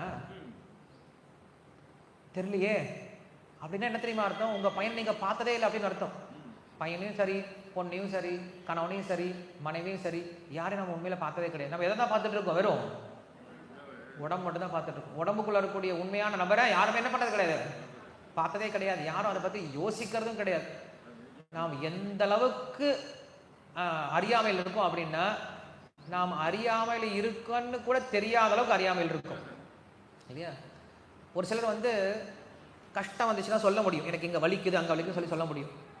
ஆனா ஒரு சிலர் ரொம்ப கஷ்டம் அதிகமாயிடுச்சுன்னு வச்சுக்கோங்களேன், அவங்க என்ன ஆயிடுவாங்க? மூர்ச்சை கீழே விழுந்துருவாங்க, மயக்கம் போட்டு கீழே விழுந்துருவாங்க. மயக்கம் போட்டாங்க அப்படின்னா தனக்கு இந்த இடத்துல வலி இருக்குன்னு கூட என்ன பண்ண முடியாது, அவங்களால சொல்ல முடியாது. சுயநினைவு இல்லாமல் இருப்பாங்க. அப்படிப்பட்ட நபருக்கு என்ன பண்ண முடியும்? நம்மளா இறங்கிதான் என்ன பண்ண முடியும்? அவங்களுக்கு உதவி செய்ய முடியும். அதுபோல கலியுகத்துல மக்கள் எப்படி ஆயிட்டாங்க அப்படின்னா, நாம் கஷ்டப்படுறோம் அப்படிங்கிற ஞானம் கூட இல்லாத அளவுக்கு என்ன பண்றாங்க, கஷ்டப்பட்டு இருக்காங்க. தனக்கு ஞானம் இல்லையே அப்படின்னு கொஞ்சம் கூட வருத்தம் இல்லாம ரொம்ப சந்தோஷம் வாழ்ந்துட்டு இருக்காங்க. ஸோ அப்படிப்பட்ட இடத்துல என்ன செஞ்சு கொடுக்கணும் அப்படின்னா, கிருஷ்ணர் என்ன பண்ணார்? இறங்கி வந்தா இந்த பகவத்கீதை அப்படின்னு ஞானத்தை கொடுத்தார். கிருஷ்ணர் இறங்கி வந்துட்டார், இந்த உலகத்துக்கு இறங்கி வந்தாரு. வந்ததுக்கு அப்புறம் கிருஷ்ணர் ஏன் வந்தார் இந்த உலகத்துக்கு அப்படின்னு கேள்வி கேட்கும் போது நிறைய பேர் நிறைய காரணங்கள் சொன்னாங்க. கிருஷ்ணர் கம்சனை கொல்றதுக்காக வந்தார், கிருஷ்ணர் தேவகிக்காக வந்தார், கிருஷ்ணர் யசோதைக்காக வந்தார், கிருஷ்ணர் இதற்காக வந்தார் அதற்காக வந்தார். இதெல்லாம் காரணமே கிடையாது. கிருஷ்ணர் இந்த உலகத்துக்கு வந்ததுக்கு ஒரே ஒரு காரணம் தான் இருக்கான். என்ன காரணம் தெரியுமா? இந்த உலக மக்களுக்கு எப்படியாவது இந்த ஞானத்தை கொடுத்து அவங்களை தன்பால் கொண்டுட்டு போகணும் அப்படின்ற ஒரே ஒரு காரணத்துக்கு என்ன பண்ணியிருக்காரு? கிருஷ்ணர் இந்த உலகத்துக்கு வந்தார். எனவே நான் அந்த கதை சொல்லிட்டு இருந்தேன் இல்லையா? அந்த கதையில என்ன ஆனது அப்படின்னா, அந்த பையன் என்ன பண்றான், இப்ப புரிஞ்சுக்கிட்டான், தன்னுடைய அப்பா யாருன்னு புரிஞ்சுக்கிட்டான், அப்பாவை எங்க அடையணும் அப்படின்னு புரிஞ்சுக்கிட்டான். இப்போ என்ன பண்றான்? தன்னுடைய அப்பாவை நோக்கி போக ஆரம்பிக்கிறான். போகும்போது அவன் ட்ரெஸ் எப்படிதான் இருக்கு? இன்னும் வேடனை போலதான் இருக்கு. அவன் செய்யக்கூடிய வேலை எப்படி இருக்கு? வேடனை போலதான் இருக்கு. ஆனா எது மாறி இருக்கு? இப்ப இலக்கு மட்டும் மாறி இருக்கு, அவனுடைய சிந்தனை மட்டும்தான் மாறி இருக்கு, வேற எதுவும் மாறல. இதற்கு முன்னாடி அவன் எந்த உணர்வுல இருந்தான்? சாப்பாடு உணர்வுல, வேடன் உணர்வு இருந்தான். இப்போ அவருடைய உணர்வு என்ன மாறி போயிடுச்சு? ராஜாவுடைய உணர்வா மாறி போயிடுச்சு இல்லையா? இப்போ நீங்க சொல்லுங்க, அந்த பையனுக்கு எது சிறந்தது? அவன் வேடனாவே இருக்கிற சிறந்ததா, இல்ல ராஜா உணர்வோடு இருக்கிற சிறந்ததா? இல்ல சார், அவன் இருந்துட்டான், வேடனா பிறந்துட்டான், இப்படியே இருந்துட்டு போட்டுமே, இன்னும் எதுக்கு ராஜாவை போய் பார்த்துக்கிட்டு அவன் இங்கேயே இருக்கட்டுமே அப்படின்னு யாராவது சொல்லுவோமா? சொல்ல மாட்டோம். எப்போ தெரியுமா சொல்லுவோம்? அவன் உண்மையில ராஜாவுடைய பையனா இல்லாம பிச்சைக்காரனுடைய பையனா இருக்கான்னு வச்சுக்கோங்களேன், அப்போ நம்ம சொல்லுவோம், சார் அங்க போறதுக்கு அவன் இங்கேயா இருக்கட்டும் இல்லையா? இதுக்கு கீழே போய் என்ன பண்ணுவான்? பிச்சை நடக்க போறான், அதுக்கு வேடனாவே இருந்துட்டு போட்டுமே அவனுக்கு இல்லை. ஆனா இப்போ அவன் போய் கூட சேரக்கூடிய டெஸ்டினேஷன் எப்படி இருக்கு? இதை விட உயர்ந்ததா இருக்கிறதுனால நம்ம என்ன சொல்றோம்? அதுக்கு தான் போக முயற்சி பண்ணணும். எனக்கு நம்ம மேலே மேலே தான் போக முயற்சி பண்ணணும், கீழே போக முயற்சி பண்ண மாட்டோம். அது போல தான் நம்ம என்ன பண்ணணும்? நம்முடைய நிலையை நம்ம என்ன பண்ணணும்? என்றைக்குமே உயர்த்தி கொண்டுட்டே இருக்கணுமே தவிர என்றைக்குமே நம்மளை தாழ்த்திக்க கூடாது. ஸோ வேதம் நம்ம அப்படிதான் சொல்லிக் கொடுக்குது. நீங்க என்ன பண்ணிக்காது, உங்களை நீங்களே தாழ்த்திக்காதீங்க. நம்ம என்ன பண்றோம்? நம்ம வாழ்க்கையை நாமளே தாழ்த்திக்கிறோம். என் வாழ்க்கை இவ்வளோதான், நான் இவ்வளோதான், நான் இப்படி தான் இருப்பேன், என்னுடைய வாழ்க்கை இவ்வளோ தான், இப்படி தான் கஷ்டப்பட்டு இருக்க போகணும், இப்படியே இருக்கணும், எப்படி இருக்க போகணும், எப்படி இருக்க போகணும், இதே தான் நம்ம புலம்பல் எல்லாமே. கொஞ்சம் இதுலேருந்து வெளியில் வந்து அவன் புரிஞ்சுக்கிட்டானா போதும். என்ன புரிஞ்சுக்கிட்டா போதும்? நான் இந்த அடையாளம் என்னுடைய அடையாளம் கிடையாது, என்னுடைய உண்மையான அடையாளம் அப்படிங்கிறது நான் பகவானுடைய குழந்தை அப்படின்ற இந்த ஒரு சின்ன ஞானம் வந்துருச்சுன்னா போதும், அவனுடைய பிரச்சனை எல்லாம் தீர்ந்து போயிடும். ஏன் சொல்ல வந்தேன்னா, அவன் இந்த ஞானத்தை பெறுவதற்கு முன்னாடியும் வேடனை போலதான் இருந்தான், வேடனுடைய வேலை தான் பண்ணிட்டு இருந்தான். ஞானத்தை பெற்ற பிறகும் வேடனை போலதான் இருக்கான், வேடனுடைய வேலை தான் பண்ணிட்டு இருக்கான். ஆனா இப்ப இலக்கு மட்டும்தான் மாறி இருக்கு. இதான் நம்ம சொல்றோம், பகவத்கீதையில இருந்து சொல்றோம். ஸோ பகவத்கீதை என்ன பண்றாரு? நம்மளுக்கு வந்து குரு சொல்லி கொடுக்கிறார். என்ன சொல்லி கொடுக்கிறாரு? முதல் நம்மளுக்கு என்ன சொல்லி கொடுக்கிறாரு? நாம் இந்த உடல் அல்ல, நாம் என்னது? ஆத்மா அப்படிங்கிற விஷயத்தை முதல்ல சொல்லி கொடுக்கிறார். ஆத்மான்னு என்ன தெரியுமா அர்த்தம்? நாம் பரமாத்மாவினுடைய அம்சம், பரமாத்மாவுடைய குழந்தை அப்படின்னு நம்ம என்ன பண்றாரு? நம்முடைய கான்சியஸ்னஸ் உடனே அப்லிஃப்ட் பண்ணிடுறாரு. அதை கேட்டோன்னு நம்மளுக்கு என்ன வரும்? உடனே சந்தோஷம் வரும். இந்த நாகேஸ்வரனுடைய ஒரு படம் இருந்துச்சு, பழைய படம் ஒன்று இருக்கு, மாடிப்படி சுந்தரம் அப்படின்னு சொல்லிட்டு. அந்த படம் எதிர்நீச்சல், மாடி வீட்டு எதிர்நீச்சல் அப்படின்ட்டு, எதிர்நீச்சல் நினைக்கிறேன் இல்லையா, மாடி வீட்டு மாது அப்படின்னு சொல்லியிருக்கும். அவர் என்ன பண்ணுவாருன்னா, மாடி படிக்கட்டிகளை ஒரு சின்ன இடத்துல வாழ்ந்துட்டு இருப்பான். ரொம்ப துக்ககரமான ஒரு வாழ்க்கையை வாழ்ந்துட்டு இருப்பான். அதுவே அவனுக்கு திடீர்னு ஒரு நியூஸ் தெரிய வரும். என்ன நியூஸ் தெரிய வரும்? தன்னுடைய அப்பா ஒரு பெரிய செல்வந்தர் அப்படின்னு தெரிய வரும். தெரிய வந்தோடனே அவனுடைய நடை பாவனை எல்லாம் சேஞ்ச் ஆக ஆரம்பிச்சிடும் இல்லையா?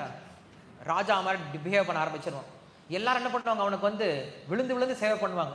இதை வாங்கிக்கோ, அதை வாங்கிக்கோ, பெட்டு வாங்கிக்கோ, ஹார்லிக்ஸ் வாங்கிக்கோ, லைட் வச்சுக்கோ, நீ ஏன் கீழே படுத்துட்டு இருக்க, எல்லாமே செஞ்சு கொடுப்பாங்க. அப்ப அவன் இன்னும் அவங்க அப்பாவை சந்திக்கவே இல்லை, அவங்க அப்பா கிட்ட போய் சேரவும் இல்லை. ஆனா வெறும் நியூஸ் தான் கேட்டான். அந்த நியூஸுக்கு என்ன ஆயிடுச்சு? அவனுக்கு சந்தோஷம் வந்துருச்சு. அதுதான் கிருஷ்ணன் சொல்றாரு, நீ என்ன பண்ணா போதும், என்கிட்ட வந்து அடையணும் அப்படின்ற விஷயம் கூட தேவையில்லை, என்னை பத்தி நீ தெரிஞ்சுக்கிட்டாவே போதும் சொல்லி சொல்றாரு இல்லையா? ஜென்ம கர்மச்ச மே திவ்யம் ஏவம் யோ வேதி தத்வதஹ. யோ வேத்தின்னு தான் சொல்றார். வேத்தின் என்னது? தெரிந்து கொண்டால் போதும், என்னை பற்றி என்ன பண்ணா போதும், தெரிஞ்சுக்கிட்டாவே போதும்பா.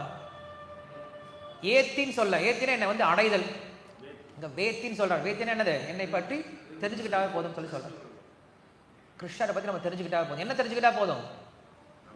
கிருஷ்ணர் உயர்ந்த பகவான் தெரிஞ்சுக்கிட்டா போதாது, அந்த கிருஷ்ணருக்கும் எனக்கும் என்ன இருக்கு? நிரந்தரமான தொடர்பு இருக்கு. அந்த கிருஷ்ணர் எனக்காக காத்துட்டு இருக்கார், அந்த கிருஷ்ணர் என்னுடைய அன்புக்காக வேண்டிட்டு இருக்கார், அந்த கிருஷ்ணருக்கு என்னன்னா ரொம்ப பிடிக்கும் அப்படின்னு தெரிஞ்சுக்கிட்டா போதும். இதை விட ஒரு மனுஷனுக்கு சந்தோஷம் என்ன கிடைக்க போகுது? ஒரு மனுஷன் யார் தெரியுமா சந்தோஷமான மனுஷன் இந்த உலகத்துல? உபனிஷத் சொல்லுது யார் சந்தோஷமான மனுஷன்னா, உனக்கு 2 அறிகுறி சொல்லுது. ஒரு அறிகுறி என்னன்னா, நைட்டு 12 மணிக்கு உட்காந்து வயிறு நிறைய சாப்பிட்டாலும் ஜீரணம் பண்ணிடணும். இப்படிப்பட்டவன் என்ன பண்றான்? எப்படிப்பட்டவன் மனுஷன் எப்படி இருப்பானா? சந்தோஷமான மனுஷனா. என்னது? நைட்டு 12 மணிக்கு சாப்பிட்டாலும் அதுக்கப்புறம் என்ன பண்ணக்கூடாது? சோடா எல்லாம் குடிச்சு இல்லாம நல்லா காலைல நல்லா ஜீரணம் ஆயிட்டு அடுத்த வேலைக்கு போயிடும். இவன் சந்தோஷமான மனுஷனா இந்த உலகத்துல. அதே போல இன்னொரு விஷயம் சொல்லுது, இந்த உலகத்துல ரொம்ப பெரிய மனிதர்கள் அவர்களுடைய நல்ல நட்பு இல்லையா, தொடர்பு. அவங்க சொல்லணும், சார் என்னாலும் பார்த்துக்கிறேன் சார், நான் உங்க பின்னாடி இருக்கேன் சார், என்ன வந்தாலும் நான் பார்த்துக்கிறேன் சார். அப்படின்னு நமக்கு பின்னாடி 10 பேர் தேவையில்லை, ஒத்தாள் ஒரே ஒரு ஆள் நமக்கு அப்படி ஒரு பின்னாடி ஒரு ஆள் இருக்கணும். அந்த ஆள் சும்மா வாய்ப்பேச்சில் பேசக்கூடிய ஆளாக இருக்கக்கூடாது, பேசிட்டு ஓடி போயிற ஆள கூட இருக்கக்கூடாது இல்லையா. அவரால் என்ன பண்ண முடியணும், நின்று வேலை செய்யக்கூடிய ஆளாக இருக்கணும், எல்லாத்துக்கிட்டையும் பவர் இருக்கணும், எல்லாத்தையும் கண்ட்ரோல் பண்ணக்கூடிய பவர் இருக்கணும், நமக்கு உண்மையாலுமே உதவி செய்யணும் அப்படின்ற எண்ணம் இருக்கக்கூடிய ஆளாக இருக்கணும். அப்படிப்பட்ட ஒரு ஆள் நம்மளுக்கு கிடைச்சிட்டார் அப்படின்னா அவனை விட சந்தோஷமான நபர், அவனை விட பாதுகாப்பான நபர் யாருமே இருக்க முடியாது. அப்படி யார் இருப்பாங்க அப்படின்னா நம்முடைய அப்பா அம்மா கண்டிப்பாக இருப்பாங்க இல்லையா. நமக்கு யார் கைவிட்டாலும் யார் நம்மளை விட மாட்டாங்க, கடைசி வரைக்கும் நம்முடைய அப்பா அம்மா விட மாட்டாங்க. அவன் எவ்வளவுதான் அயோக்கியனாகவே இருந்தாலும் அம்மா என்ன தெரியுமா சொல்லுவாங்க, என் பையன் தப்பு பண்ணியிருக்கவே மாட்டான். அப்படியே தப்பு பண்ணாலும், ஏன் உங்கள் பையன்லாம் தப்பு பண்ண மாட்டானா, எங்கள் பையனை சொல்ல வந்துட்டீங்க அப்படி என்ன பண்ணுவாங்க, அப்படியே மாற்றிடுவாங்க. பையனை என்ன பண்ண மாட்டாங்க, அவங்க விட்டே கொடுக்க மாட்டாங்க. கிருஷ்ணரும் அதான் பண்ணுறாரு. கிருஷ்ணர் சொல்கிறாரு, நீங்கள் எல்லாரும் என்னுடைய மகன்கள், நீங்கள் என்னதான் தப்பு செஞ்சாலும் அவனை விடவே மாட்டேன். கிருஷ்ணர் சொல்கிறாரு இல்லையா, என்ன ஸ்லோகத்தில் சொல்கிறாரு, அபிச்சேத்சு துராச்சாரோ பஜதே மனன்யபாக் சாதுரேவ சமந்தவ்யः சம்யக் விவசிதோ ஹி சஹ க்ஷிப்ரம் பவதி தர்மாத்மா சஸ்வசாந்தி நிகச்சதி கௌந்தேய பிரதிஜானிஹி நமே பக்த பிரணஷ்யதி. என்னுடைய பக்தன் என்னைக்குமே நாசமாக மாட்டான்னு சொல்லி சொல்றார். இந்த மாதிரி எந்த கடவுளும் என்ன பண்ண முடியாது, சத்தியம் பண்ணவே முடியாது. கிருஷ்ணர் தான் சத்தியம் பண்ணி சொல்லிக் கொடுக்க முடியும். ஏன்னா மற்ற கடவுள்கள் பார்த்தோம் அப்படின்னா அவங்களே தற்காலிகமானவர்கள் தான், கிருஷ்ணரை போல கிடையாது. கிருஷ்ணர் தான் சாஸ்வதமான முழுமுதற் கடவுள். அவர் என்ன பண்ணார், நம்ம கிட்ட அப்படி சொல்றார். ஸோ அப்படிப்பட்ட அந்த கிருஷ்ணரை நாம் புரிஞ்சுக்கிட்டோம் அப்படின்னா, அவரை அடைய முயற்சி பண்ணிட்டோம் அப்படின்னா அதுதான் நம்ம வாழ்க்கையோட குறிக்கோள். ஸோ நாம் என்ன பண்ண போகிறோம், பகவத்கீதையை கேட்டுட்டோம், பகவத்கீதையில் புரிஞ்சுக்கிட்டோம். என்ன புரிஞ்சுக்கிட்டோம், நாம் பகவானுடைய அம்சம் அப்படின்னு புரிஞ்சுக்கிட்டோம். அப்போ நம்முடைய வாழ்க்கையோட குறிக்கோள் என்னது, அந்த பகவானை அடைய வேண்டும் அப்படின்னு புரிஞ்சுக்கிட்டோம்.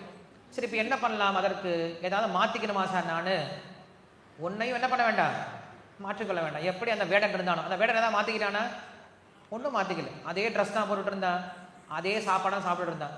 ஆனால் என்னதான் மாறி வந்தது அவனுக்கு, சிந்தனை தான் மாறி இருக்கு இல்லையா. நாம் அதை செஞ்சால் மட்டும் போதும். இதற்கு முன்னாடி வேடனுடைய உணர்வில் வாழ்ந்துட்டு இருந்தான், இப்போ ராஜாவுடைய உணர்வில் வாழ்ந்துட்டு இருக்கான். அதே போல் நம்ம என்ன பண்ணிட்டு இருந்தோம் அப்படின்னா, இதற்கு முன்னாடி நம்முடைய உணர்வானது உடல் சார்ந்த உணர்வாக இருந்துட்டு இருந்தது. இப்போ நம்முடைய உணர்வு என்னவா மாறி போயிடணும், கிருஷ்ண உணர்வாக மாறி போயிடும். அவ்வளோதான் விஷயம். அதனால்தான் இந்த இயக்கத்துக்கு பேர் என்ன வச்சிருக்காங்க, அகில உலக கிருஷ்ண உணர்வு இயக்கம். அவ்வளோதான். ஏன்னா நம்மள மாதிரி ஒரு குழந்தைங்க 2 குழந்தைங்க கிடையாது. பகவானுக்கு நிறைய குழந்தைங்க என்ன பண்ணுறாங்க, இங்கே தொலைஞ்சிட்டு அப்பா கிட்ட போய் சேர வழி இல்லாமல் அலைஞ்சிட்டு இருக்காங்க. இப்போ இவங்க எல்லாரும் ஒன்று சேர்ந்தாங்கன்னா, தொலைஞ்சு போன குழந்தைங்களாம் ஒன்று சேர்ந்தாங்கன்னா என்ன ஆகும், ஒருத்தருக்கு ஒருத்தர் என்ன பண்ணாங்க, ஹெல்ப் பண்ணிப்பாங்க. ஹே, நீயும் தொலைஞ்சு போயிட்டியா, நானும் நீயும் தொலைஞ்சு போயிட்டியா, அடாடா உன் பேர் என்னப்பா, என் பேர் குமார், உன் பேர், என் பேர் விஷ்ணு, உன் பேர் என்ன, என் பேர் ஓஹோ அப்படியா, அப்போ நம்ம எல்லாரும் ஒரே அப்பா தான் போல இருக்கே, இப்படி தொலைஞ்சு வந்துட்டோமேப்பா, சரி என்ன பண்ணலாம், இப்போ நம்ம எல்லாரும் சேர்ந்து போகலாம். அப்போ ஒருத்தர் கொஞ்சம் சோர்வடைஞ்சு, முடியாதப்பா என்னால், நான் இங்கேயே இருந்துக்கிறேன், எல்லாம் நடக்க முடியல, இனிமேல் எங்கள் அப்பா நான் பார்க்க போகல, இங்கேயே உட்காந்துக்கிறேன் அப்படின்னு சொல்ல, மற்றவர் என்ன பண்ணுவார், டேய் கொஞ்சம் தோண்டா வாடா, எந்திரிச்சு போகலாம், பார்த்துக்கலாம்டா வாடா அப்படின்னு என்ன பண்ணுவார், மற்றவங்க நம்மளை பிடிச்சி இழுத்து கொண்டு வந்துடுவாங்க இல்லையா. அதனால் சங்கம் அப்படிங்கிறது முக்கியம். சங்கம் இருக்கும்போது என்ன பண்ண முடியும், நம்ம படித்த விஷயத்தை, நம்ம கேட்ட விஷயத்தை என்ன பண்ண முடியும், அப்ளை பண்ண முடியும். சங்கம் இல்லைன்னா நம்மளுக்கு நாலேஜ் வெறும் தியரட்டிக்கலாக தான் இருக்கும், அது என்ன பண்ண முடியாது, ப்ராக்டிக்கலாக கொண்டு வர முடியாது. சிகரெட் பிடித்தால் புற்றுநோய் வரும், நிறைய பேர் படிக்கிறவங்க இருக்காங்க. இதை படிச்சுட்டு யாராவது சிகரெட்டை விட முடியுமா, நீங்கள் சொல்லுங்கள் பார்க்கலாம். சிகரெட் அட்டையிலே போட்டிருக்கு, பெருசாக போட்டிருக்கு, அதிலே வந்து ஒருத்தர் கேன்சர் வர மாதிரி ஃபோட்டோலாம் போட்டிருக்கு, அதில் போட்டிருக்காங்க சிகரெட் குடித்தா கேன்சர் உண்டு. அதை படித்து யாராவது சிகரெட்டை விட்டுருவாங்களா, கண்டிப்பாக விட போகிறதே கிடையாது. அவர் சிகரெட்டை விடணும் அப்படின்னு என்ன பண்ணணும்,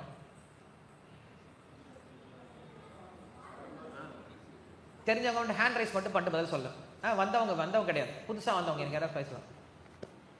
நிறைய பேர் என்ன பண்ணுறீங்க, இன்றைக்கி பகவத்கீதை கிளாஸ் கேட்டு வந்திருக்கீங்க இல்லையா, ஸோ நீங்கள் தான் ஆன்சர் சொல்லுங்கள்.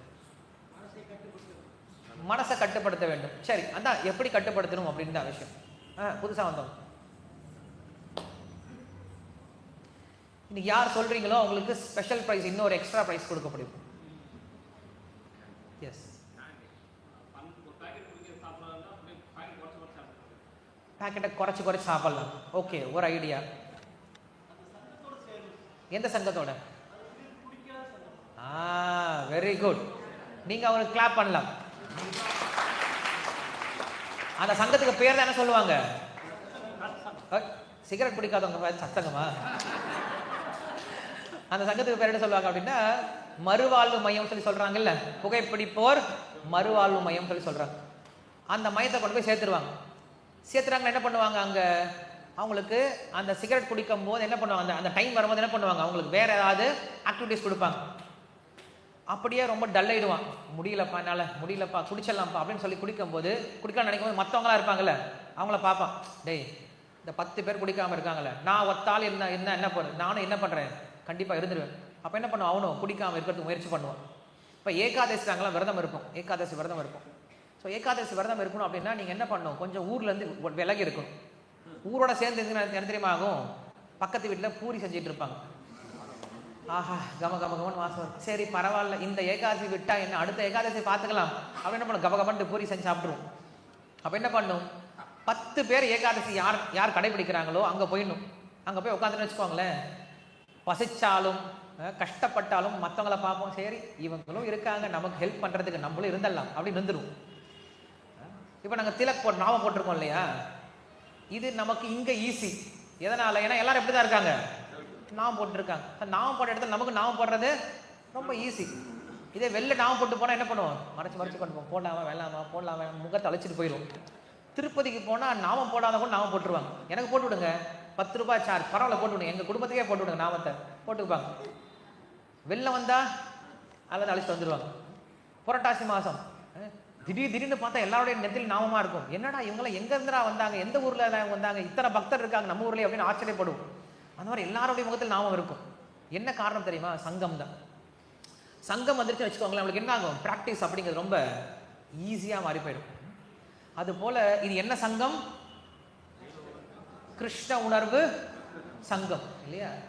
அப்ப நமக்கு இப்ப கோல் ஃபிக்ஸ் ஆயிடுச்சு. என்ன கோல், கிருஷ்ணரை அடையணுன்ற கோல் ஃபிக்ஸ் ஆயிடுச்சு. இதுல யாருக்கா டவுட் இருக்கா, இல்ல சார் எனக்கு கிருஷ்ணர் அடையணுன்ற கோல்லாம் கிடையாது, எனக்கு வாழ்க்கையில நிறைய அடைய வேண்டிய விஷயம் நிறைய இருக்கு அப்படின்னு ஏதாவது இருக்கா, யாரா இருந்தா இப்ப கை தூக்கிடலாம். நீங்க தப்பான இடத்துல உட்காந்துட்டு இருக்கீங்க.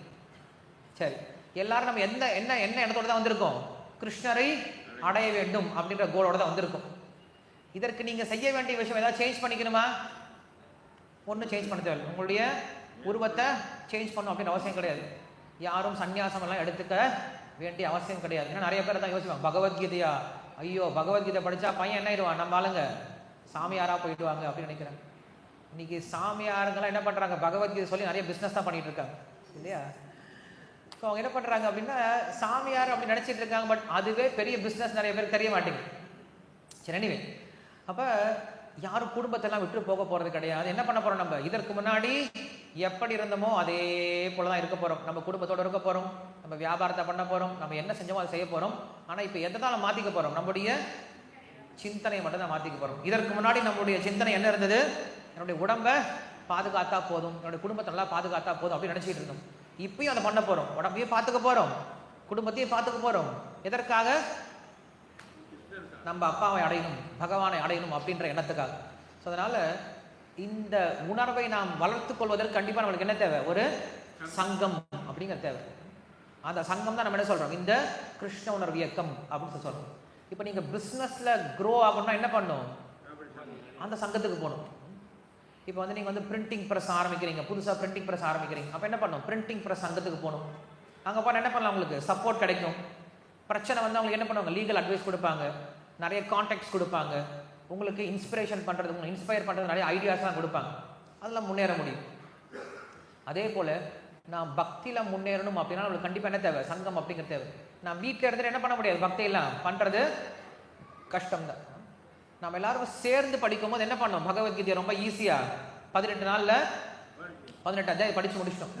இதுவே நம்ம தனியா உட்காந்து பகவத்கீதை படிக்கணும்னு உட்காந்து ஆரம்பிச்சீங்கன்னா புக் எடுத்து வச்சிருவோம், அப்படியே தூக்கி தூக்கி விழுவோம் இல்லையா, கஷ்டம். எல்லாரும் சேர்ந்து படிக்கும்போது என்ன பண்ண முடியும், ரொம்ப ஈஸியா படிச்சு மேல வந்து, அதெல்லாம் குரூப் ஸ்டடீஸ்ன்னு சொல்லுவாங்க அந்த காலத்துல இல்லையா, குரூப் ஸ்டடி பண்ணுவாங்க.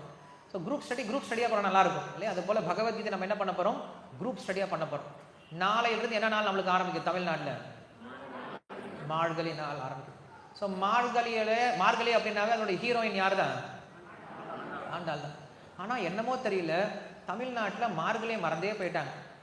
எல்லா கடைகள்லையும் எல்லா வீடுகள்லையும் எல்லாரும் திடீர்னு சர்ச்சா மாற்றிட்டாங்க. எங்கே பார்த்தாலும் ஸ்டார் ஒன்று மாட்டி வச்சிடுறாங்க, இந்த ஒரு ஒரு ஒரு ஒரு மரத்தை ஒன்று வச்சிடுறாங்க, எல்லாரும் செய்ய ஆரம்பிச்சிட்டாங்க. யாருமே பெருமாளை மாட்டின மாதிரியோ ஆண்டாளை மாட்டின மாதிரி நம்ம எங்கேயும் பெருசாக பார்க்குறது கிடையாது. நம்மள என்ன பண்ண, நம்ம கலாச்சாரத்தை கொஞ்சம் கொஞ்சமாக மறந்துட்டு இருக்கோம். ஸோ இனிமேல் மார்கழி என்ன நம்மளுக்கு டிசம்பர்னா யார் ஞாபகம் தான் வரணும்? ஆண்டாள் ஞாபகம் வரணும். மற்ற விஷயம் நம்மளுக்கு ஞாபகம் வருதோ இல்லையோ, மற்ற விஷயத்தை ஞாபகம் வச்சுக்கலாம், பட் முக்கியத்துவம் எது கொடுக்கணும்? ஆண்டாளுக்கு கொடுக்கணும். ஸோ அந்த ஆண்டாள் என்ன பண்ணாங்க அப்படின்னா, அவங்க வாழ்க்கையில் ஒரு குறிக்கோள் வச்சுக்கிட்டாங்களா. என்ன குறிக்கோள் வச்சுக்கிட்டாங்க? நான் பகவானை அடையணும் அப்படின்னு குறிக்கோள் வச்சுக்கிட்டாங்க. சரிம்மா, நீ பகவானை அடையப்போ அப்படின்னு சொல்லிட்டு என்ன பண்ணலாம், அவங்களை அனுப்பிச்சுடல. அந்த அம்மா சும்மா போக மாட்டாங்க. ஆண்டாள் என்ன பண்ணுவாங்க, தினசரி வீட்டுக்கு போகும்போது மற்ற விட கதவுட்டோம், எந்திரி, என்ன பண்ற, உள்ளார தூங்கிட்டு இருக்க, இன்னும் தூங்கிட்டு இருக்க, எந்திரி, உனக்கு கிருஷ்ணர் வேண்டாமா, உனக்கு வாழ்க்கையில முன்னேற வேண்டாமா, இன்னும் கும்பகர்ணன் மாதிரி தூங்கிட்டே இருப்பியா, தூங்குறதுக்காக வாழ்க்கை கொடுத்துருக்காரு பகவான் நமக்கு அப்படின்னு சொல்லிட்டு என்ன பண்றாங்க, தட்டி இடிச்சு கூட்டிட்டு போவாங்க. இதுதான் நம்முடைய கலாச்சாரம்.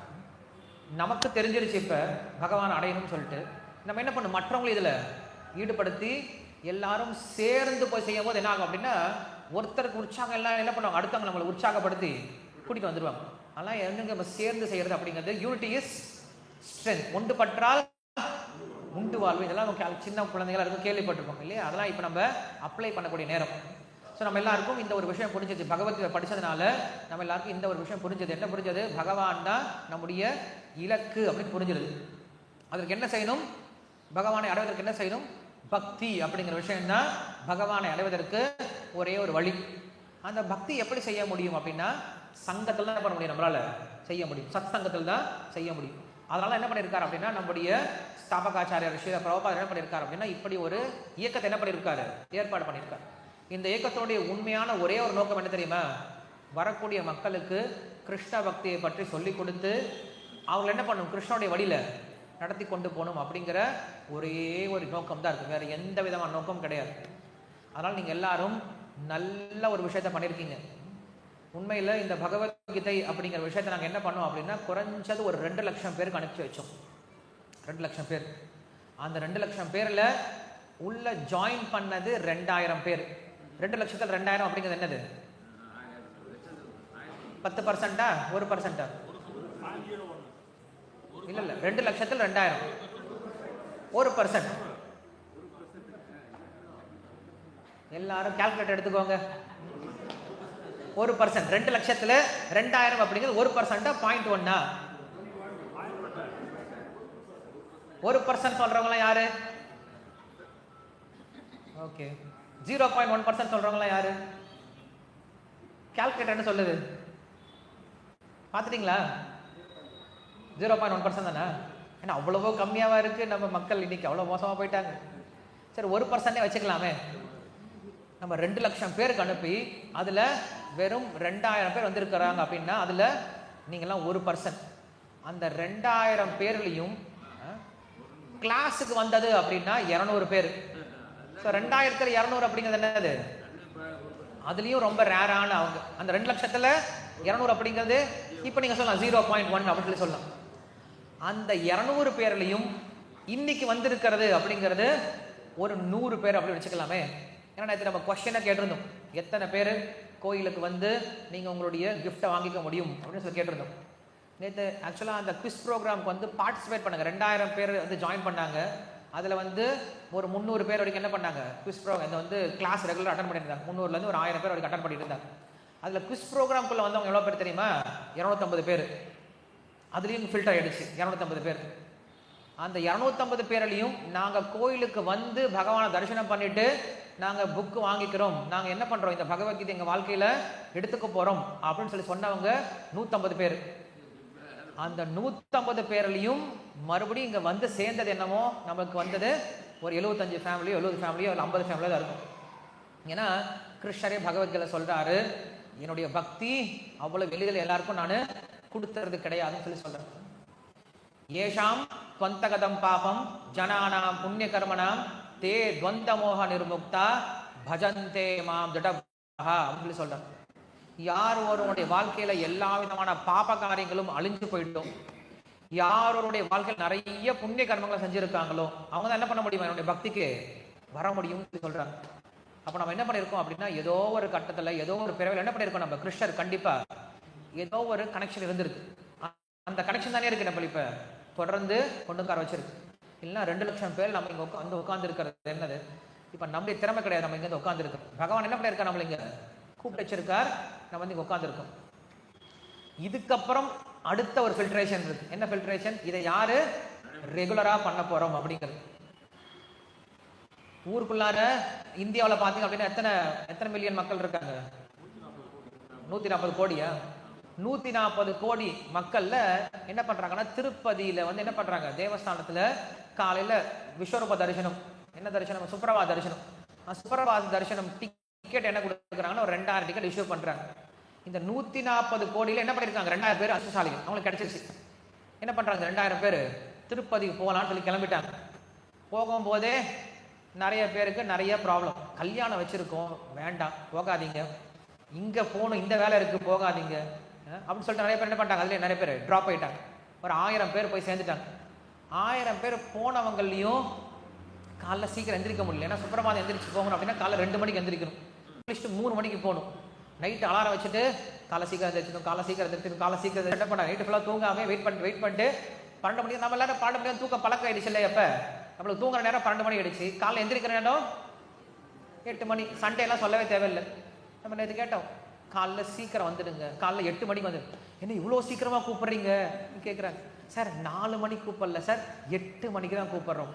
8 மணிக்கு ரொம்ப வேகம், ரொம்ப சீக்கிரம் இல்லையா அப்படின்னு நிறைய பேர் கேட்குறோம். நம்முடைய கலாச்சாரம், நம்முடைய லைஃப் ஸ்டைல் அப்படி மாறிடுச்சு. ரொம்ப லேட்டாக படுத்து ரொம்ப லேட்டாக எந்திரிக்கிற லைஃப் ஸ்டைல் மாற்றிடும். என்ன பண்ணுறாங்க, ஒரு சிலர் சுப்பிரபாதம் சேவைக்கு போகாம காலை ஐயோ 6 மணி இப்போ எடுத்து சுப்பிரபாதம் சேவை முடிஞ்சிருக்குமே, இப்படி நிறைய பேர் அந்த 1000 பேர்ல டிராப் 200 பேர். அந்த 200 பேர் கியூவில் போய் நின்னாங்க. நின்னவங்க என்ன பண்ணாங்கன்னா உள்ள வரைக்கும் போயிட்டாங்க. போனவங்க நிறைய பேர் என்ன பண்ணாங்கன்னா திரும்ப அமிச்சிட்டாங்க அவங்க எல்லாத்தையுமே. என்ன காரணம் தெரியுமா? ஒரு விஷயத்தை அவங்களால விடவே முடியல. எல்லாத்தையும் விட்டாலும் எதை விட முடியல? செல்போன் இல்லையா? எல்லாத்தையும் தொலைச்சோம், இந்த ஒரு விஷயத்தை மட்டும் தொலைக்க முடியாதனால பக்கத்தில் வரைக்கும் போயிட்டோம், ஜெய விஜய வாசம் வரைக்கும் போயிட்டோம். கொஞ்சம் தூரம் தாண்டா என்ன பண்ணிடலாம், நம்ம இப்போ மலையப்ப பெருமாளை பார்த்தெல்லாம் உள்ள உட்கார வச்சிருவாங்க, 1/2 மணி நேரம் உட்கார வச்சிருவாங்க. பகவான் நல்லா தரிசனம் பண்ண வந்துடலாம். 2 லட்சம் பேர்ல கடைசியில் அங்கே போய் சேர்ந்தது என்னமோ 20 பேர் தான். அது எவ்வளோ பாக்கியம், இல்லை வராதவங்களுக்கு எவ்வளோ துர்பாகியம் அப்படின்னு யோசிச்சு பாருங்க. ஸோ அப்படிப்பட்ட பாக்கியசாலிகள் தான் நாம் எல்லாருமே அப்படி புரிஞ்சுக்கணும். அதனால கிருஷ்ணர் என்ன தெரியுமா பண்றாரு, யாரெல்லாம் தன்னிடம் பக்தி பண்ண வராங்களோ அவங்கள பாராட்டுறாரு. கிருஷ்ணர் சொல்றாரு, சதுர்விதா பஜந்தேமா ஜனா சுகிருதினோ அர்ஜுன ஆர்த்தோ ஜிக்ஞாஸ்வர்த்தார்த்தி ஞானீச்ச பரதர்ஷப தேஷாம் ஞானி நித்தியுக்தா ஏக பக்தர் விசிஷ்யதே பிரியோஹி ஞானியோ தர்த்தம் அஹம் சச்சலம் அப்ரியா உதாராஹா சர்வ ஏவைத்தே அப்படின்னு சொல்லி சொல்றாரு. உதாரம்னா என்னது? உதாரம் அப்படின்னு என்னது கேள்விப்பட்டிருக்கீங்களா? உதாரம் அப்படின்ற வார்த்தை தாராளம் இல்லையா? உதார குணம் இருக்கு சார் உங்களுக்கு அப்படின்னு சொல்லி சொல்லுவாங்கல்ல, தாராள மனப்பான்மை. கிருஷ்ணர் சொல்றாரு, யாரெல்லாம் என்னை வழிபடுகிறார்களோ அவங்களுக்கெல்லாம் எப்படி மனசு இருக்கான்? தாராள மனசு இருக்கு சார் அப்படின்னு சொல்லி சொல்றாரு. என்ன சொன்னார் புரிஞ்சுதா உங்களுக்கு? நாம எல்லாம் கிருஷ்ணரை வழிபட போறோம் இல்லையா? அப்ப கிருஷ்ணர் சொல்றாரு, ரொம்ப பெரிய மனசு பண்ணி என்னை வந்து பார்க்க வந்திருக்கீங்க அப்படின்னு சொல்லி சொல்றாரு. ஏன் தெரியுமா அப்படி சொல்றாரு? ஏன்னா பையன் என்ன பண்ணிட்டான் அப்படின்னா, அப்பா அம்மா கிட்ட சண்டை போட்டுட்டு போயிட்டான், வீட்டை விட்டு கோச்சிட்டு போயிட்டான். 20 வருஷம் முகத்தையே காட்டவே இல்லை. அப்பா அம்மா இருந்தாங்களா செத்தாங்களா எதுவும் தெரியாம, தான் உயிரோடு இருக்கனா இல்லையா எதுவும் தெரியாம ஊரை விட்டு வெளில போயிட்டான். எங்க போனான்னு தெரியல. ரொம்ப நாள் கழிச்சு, ரொம்ப வருஷத்துக்கு அப்புறம் கழிச்சு என்ன பண்றான், அந்த பையன் வீட்டுக்கு வந்து அப்பா அம்மாவோட வந்து நிக்கிறான். அப்பா அம்மா என்ன சொல்லுவாங்க, ரொம்ப நன்றிப்பா, பெரிய மனசை பண்ணி என்னை பார்க்க வந்தியே, இப்பயாவது உனக்கு என்ன பார்க்கணும் அப்படின்னு சொல்லி தோணுனதே, உன்னுடைய பெரிய மனசுக்கு ரொம்ப நன்றிப்பான்னு சொல்லி சொல்லுவாங்க. அப்பா என்ன பண்ண போறாரு தெரியுமா? இப்ப பையனுக்கு தன்னுடைய சொத்தெல்லாம் எழுதி கொடுக்க போறாரு. உண்மையில யாருக்கு தான் லாபம்? இங்க பையனுக்கு தான் லாபம். ஆனா அப்பா என்ன சொல்லுவாங்க, அப்பா என்ன சொல்லுவாங்க, என்னமோ அவங்க வந்து லாபத்தை பெற மாதிரி அவங்க ரொம்ப சந்தோஷப்படுவாங்க. ஸோ கிருஷ்ணர் இங்க அதான் சொல்றாரு, எத்தனை பிறவைகள் இப்போ உன்னை பார்த்தாச்சு, நீ என்ன பண்ண, இந்த உலகத்துக்கு வந்ததுக்கு அப்புறம் தொலைஞ்சே போயிட்ட. நிறைய பிறவைகள் எடுத்துட்டு நம்ம பறவைகளாக, நீர்வாழ் உயிரினங்களாக, மிருகங்களாக, தேவனாக, ராட்சசர்களாக எல்லா பிறவையும் எடுத்துட்டு கடைசியில் இப்போ எங்கே வந்திருக்கோம்? கிருஷ்ணருடைய வீட்டுக்கு வந்திருக்கோம். கிருஷ்ணர் பார்த்து ரொம்ப சந்தோஷப்படுறார். என்னை பார்க்க வரது உங்களுக்கு இத்தனை காலம் ஆனதா? உங்களுக்கு நான் என்ன குறை வச்சேன்? உங்களுக்கு நான் எல்லாம் தான் பண்ணிகிட்டு இருந்தேன் இல்லையா? உங்களுக்கு உடம்பை கொடுத்து, புத்தியை கொடுத்து, சாப்பாடுறதுக்கு சாப்பாடை கொடுத்து, குடிக்கிற தண்ணியை கொடுத்து, நல்ல குடும்பத்தை கொடுத்து, நல்ல வியாபாரம் கொடுத்து என்ன பண்ணியிருக்கேன்? உங்களை ஒவ்வொரு பிறவிலும் உங்களை நான் நல்லா பார்த்துக்கிட்டேன்.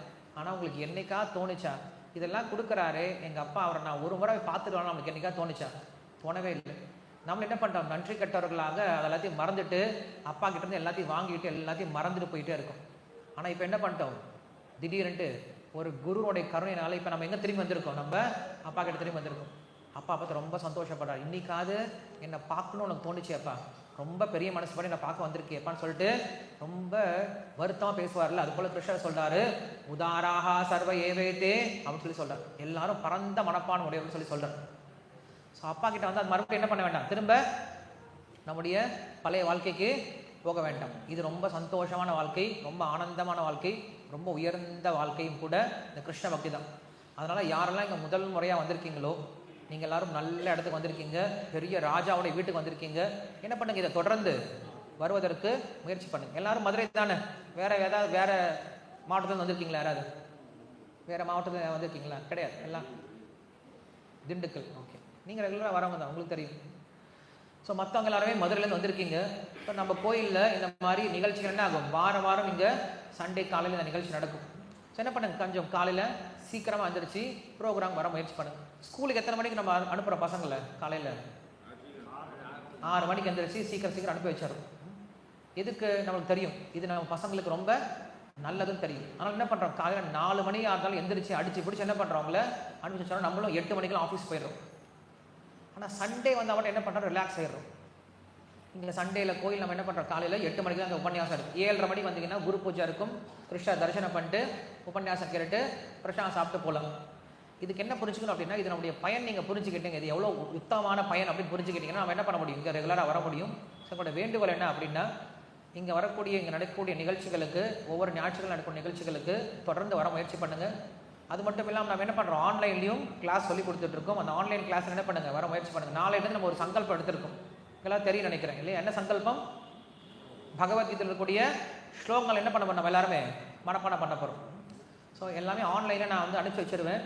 முக்கியமான 108 ஸ்லோகங்கள் முதல்ல மனப்பாடம் பண்ணலாம். பகவத்கீதையில் 700 ஸ்லோகம் இருக்குது, 700 ஸ்லோகம் நம்ம போக வேண்டாம், 108 ஸ்லோகம் முக்கியமான ஸ்லோகங்கள்.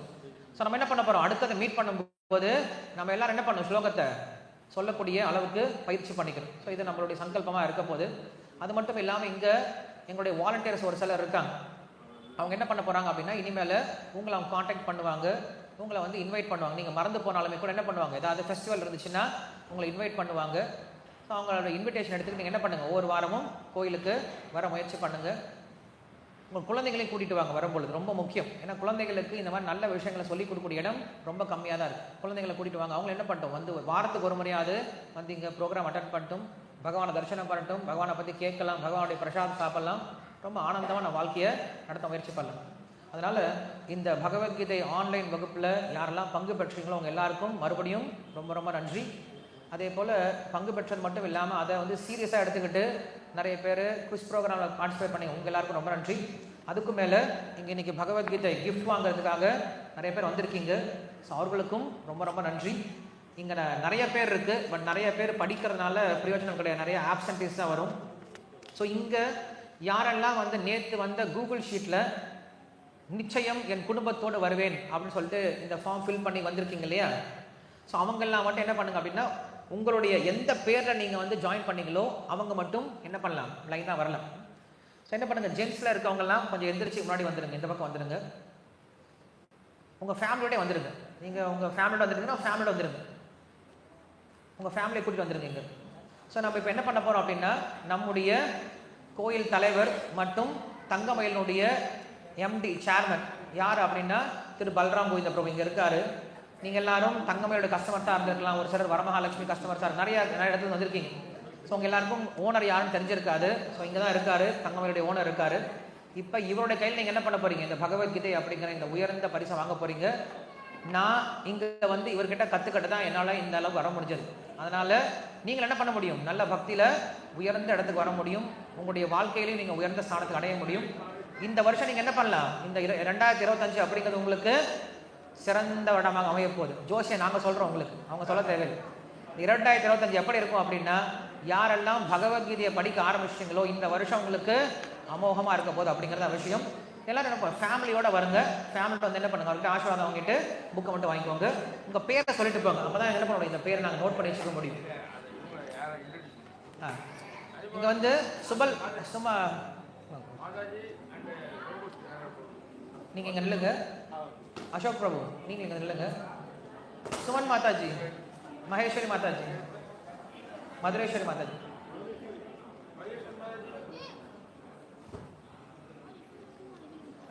நீங்கள் 2 பேர் இந்த பக்கம் நில்லுங்க. ஸோ ஜென்ஸ் எல்லாமே நீங்கள் இவங்களை காண்டாக்ட் பண்ணலாம், இவங்ககிட்ட பேசுங்க. இவங்க தான் உங்களை காண்டாக்ட் பண்ணுவாங்க, நானும் காண்டாக்டில் இருப்பேன். லேடிஸ் எல்லாமே இவங்களை காண்டாக்ட் பண்ணுங்கள். நீங்கள் போகிறதுக்கு முன்னாடி அவங்ககிட்ட உங்கள் பேர் இருந்துச்சுன்னா நோட் பண்ணி கொடுத்துட்டு போங்க. அதுக்கப்புறம் அவங்களோட காண்டாக்டில் இருப்பாங்க. சரி.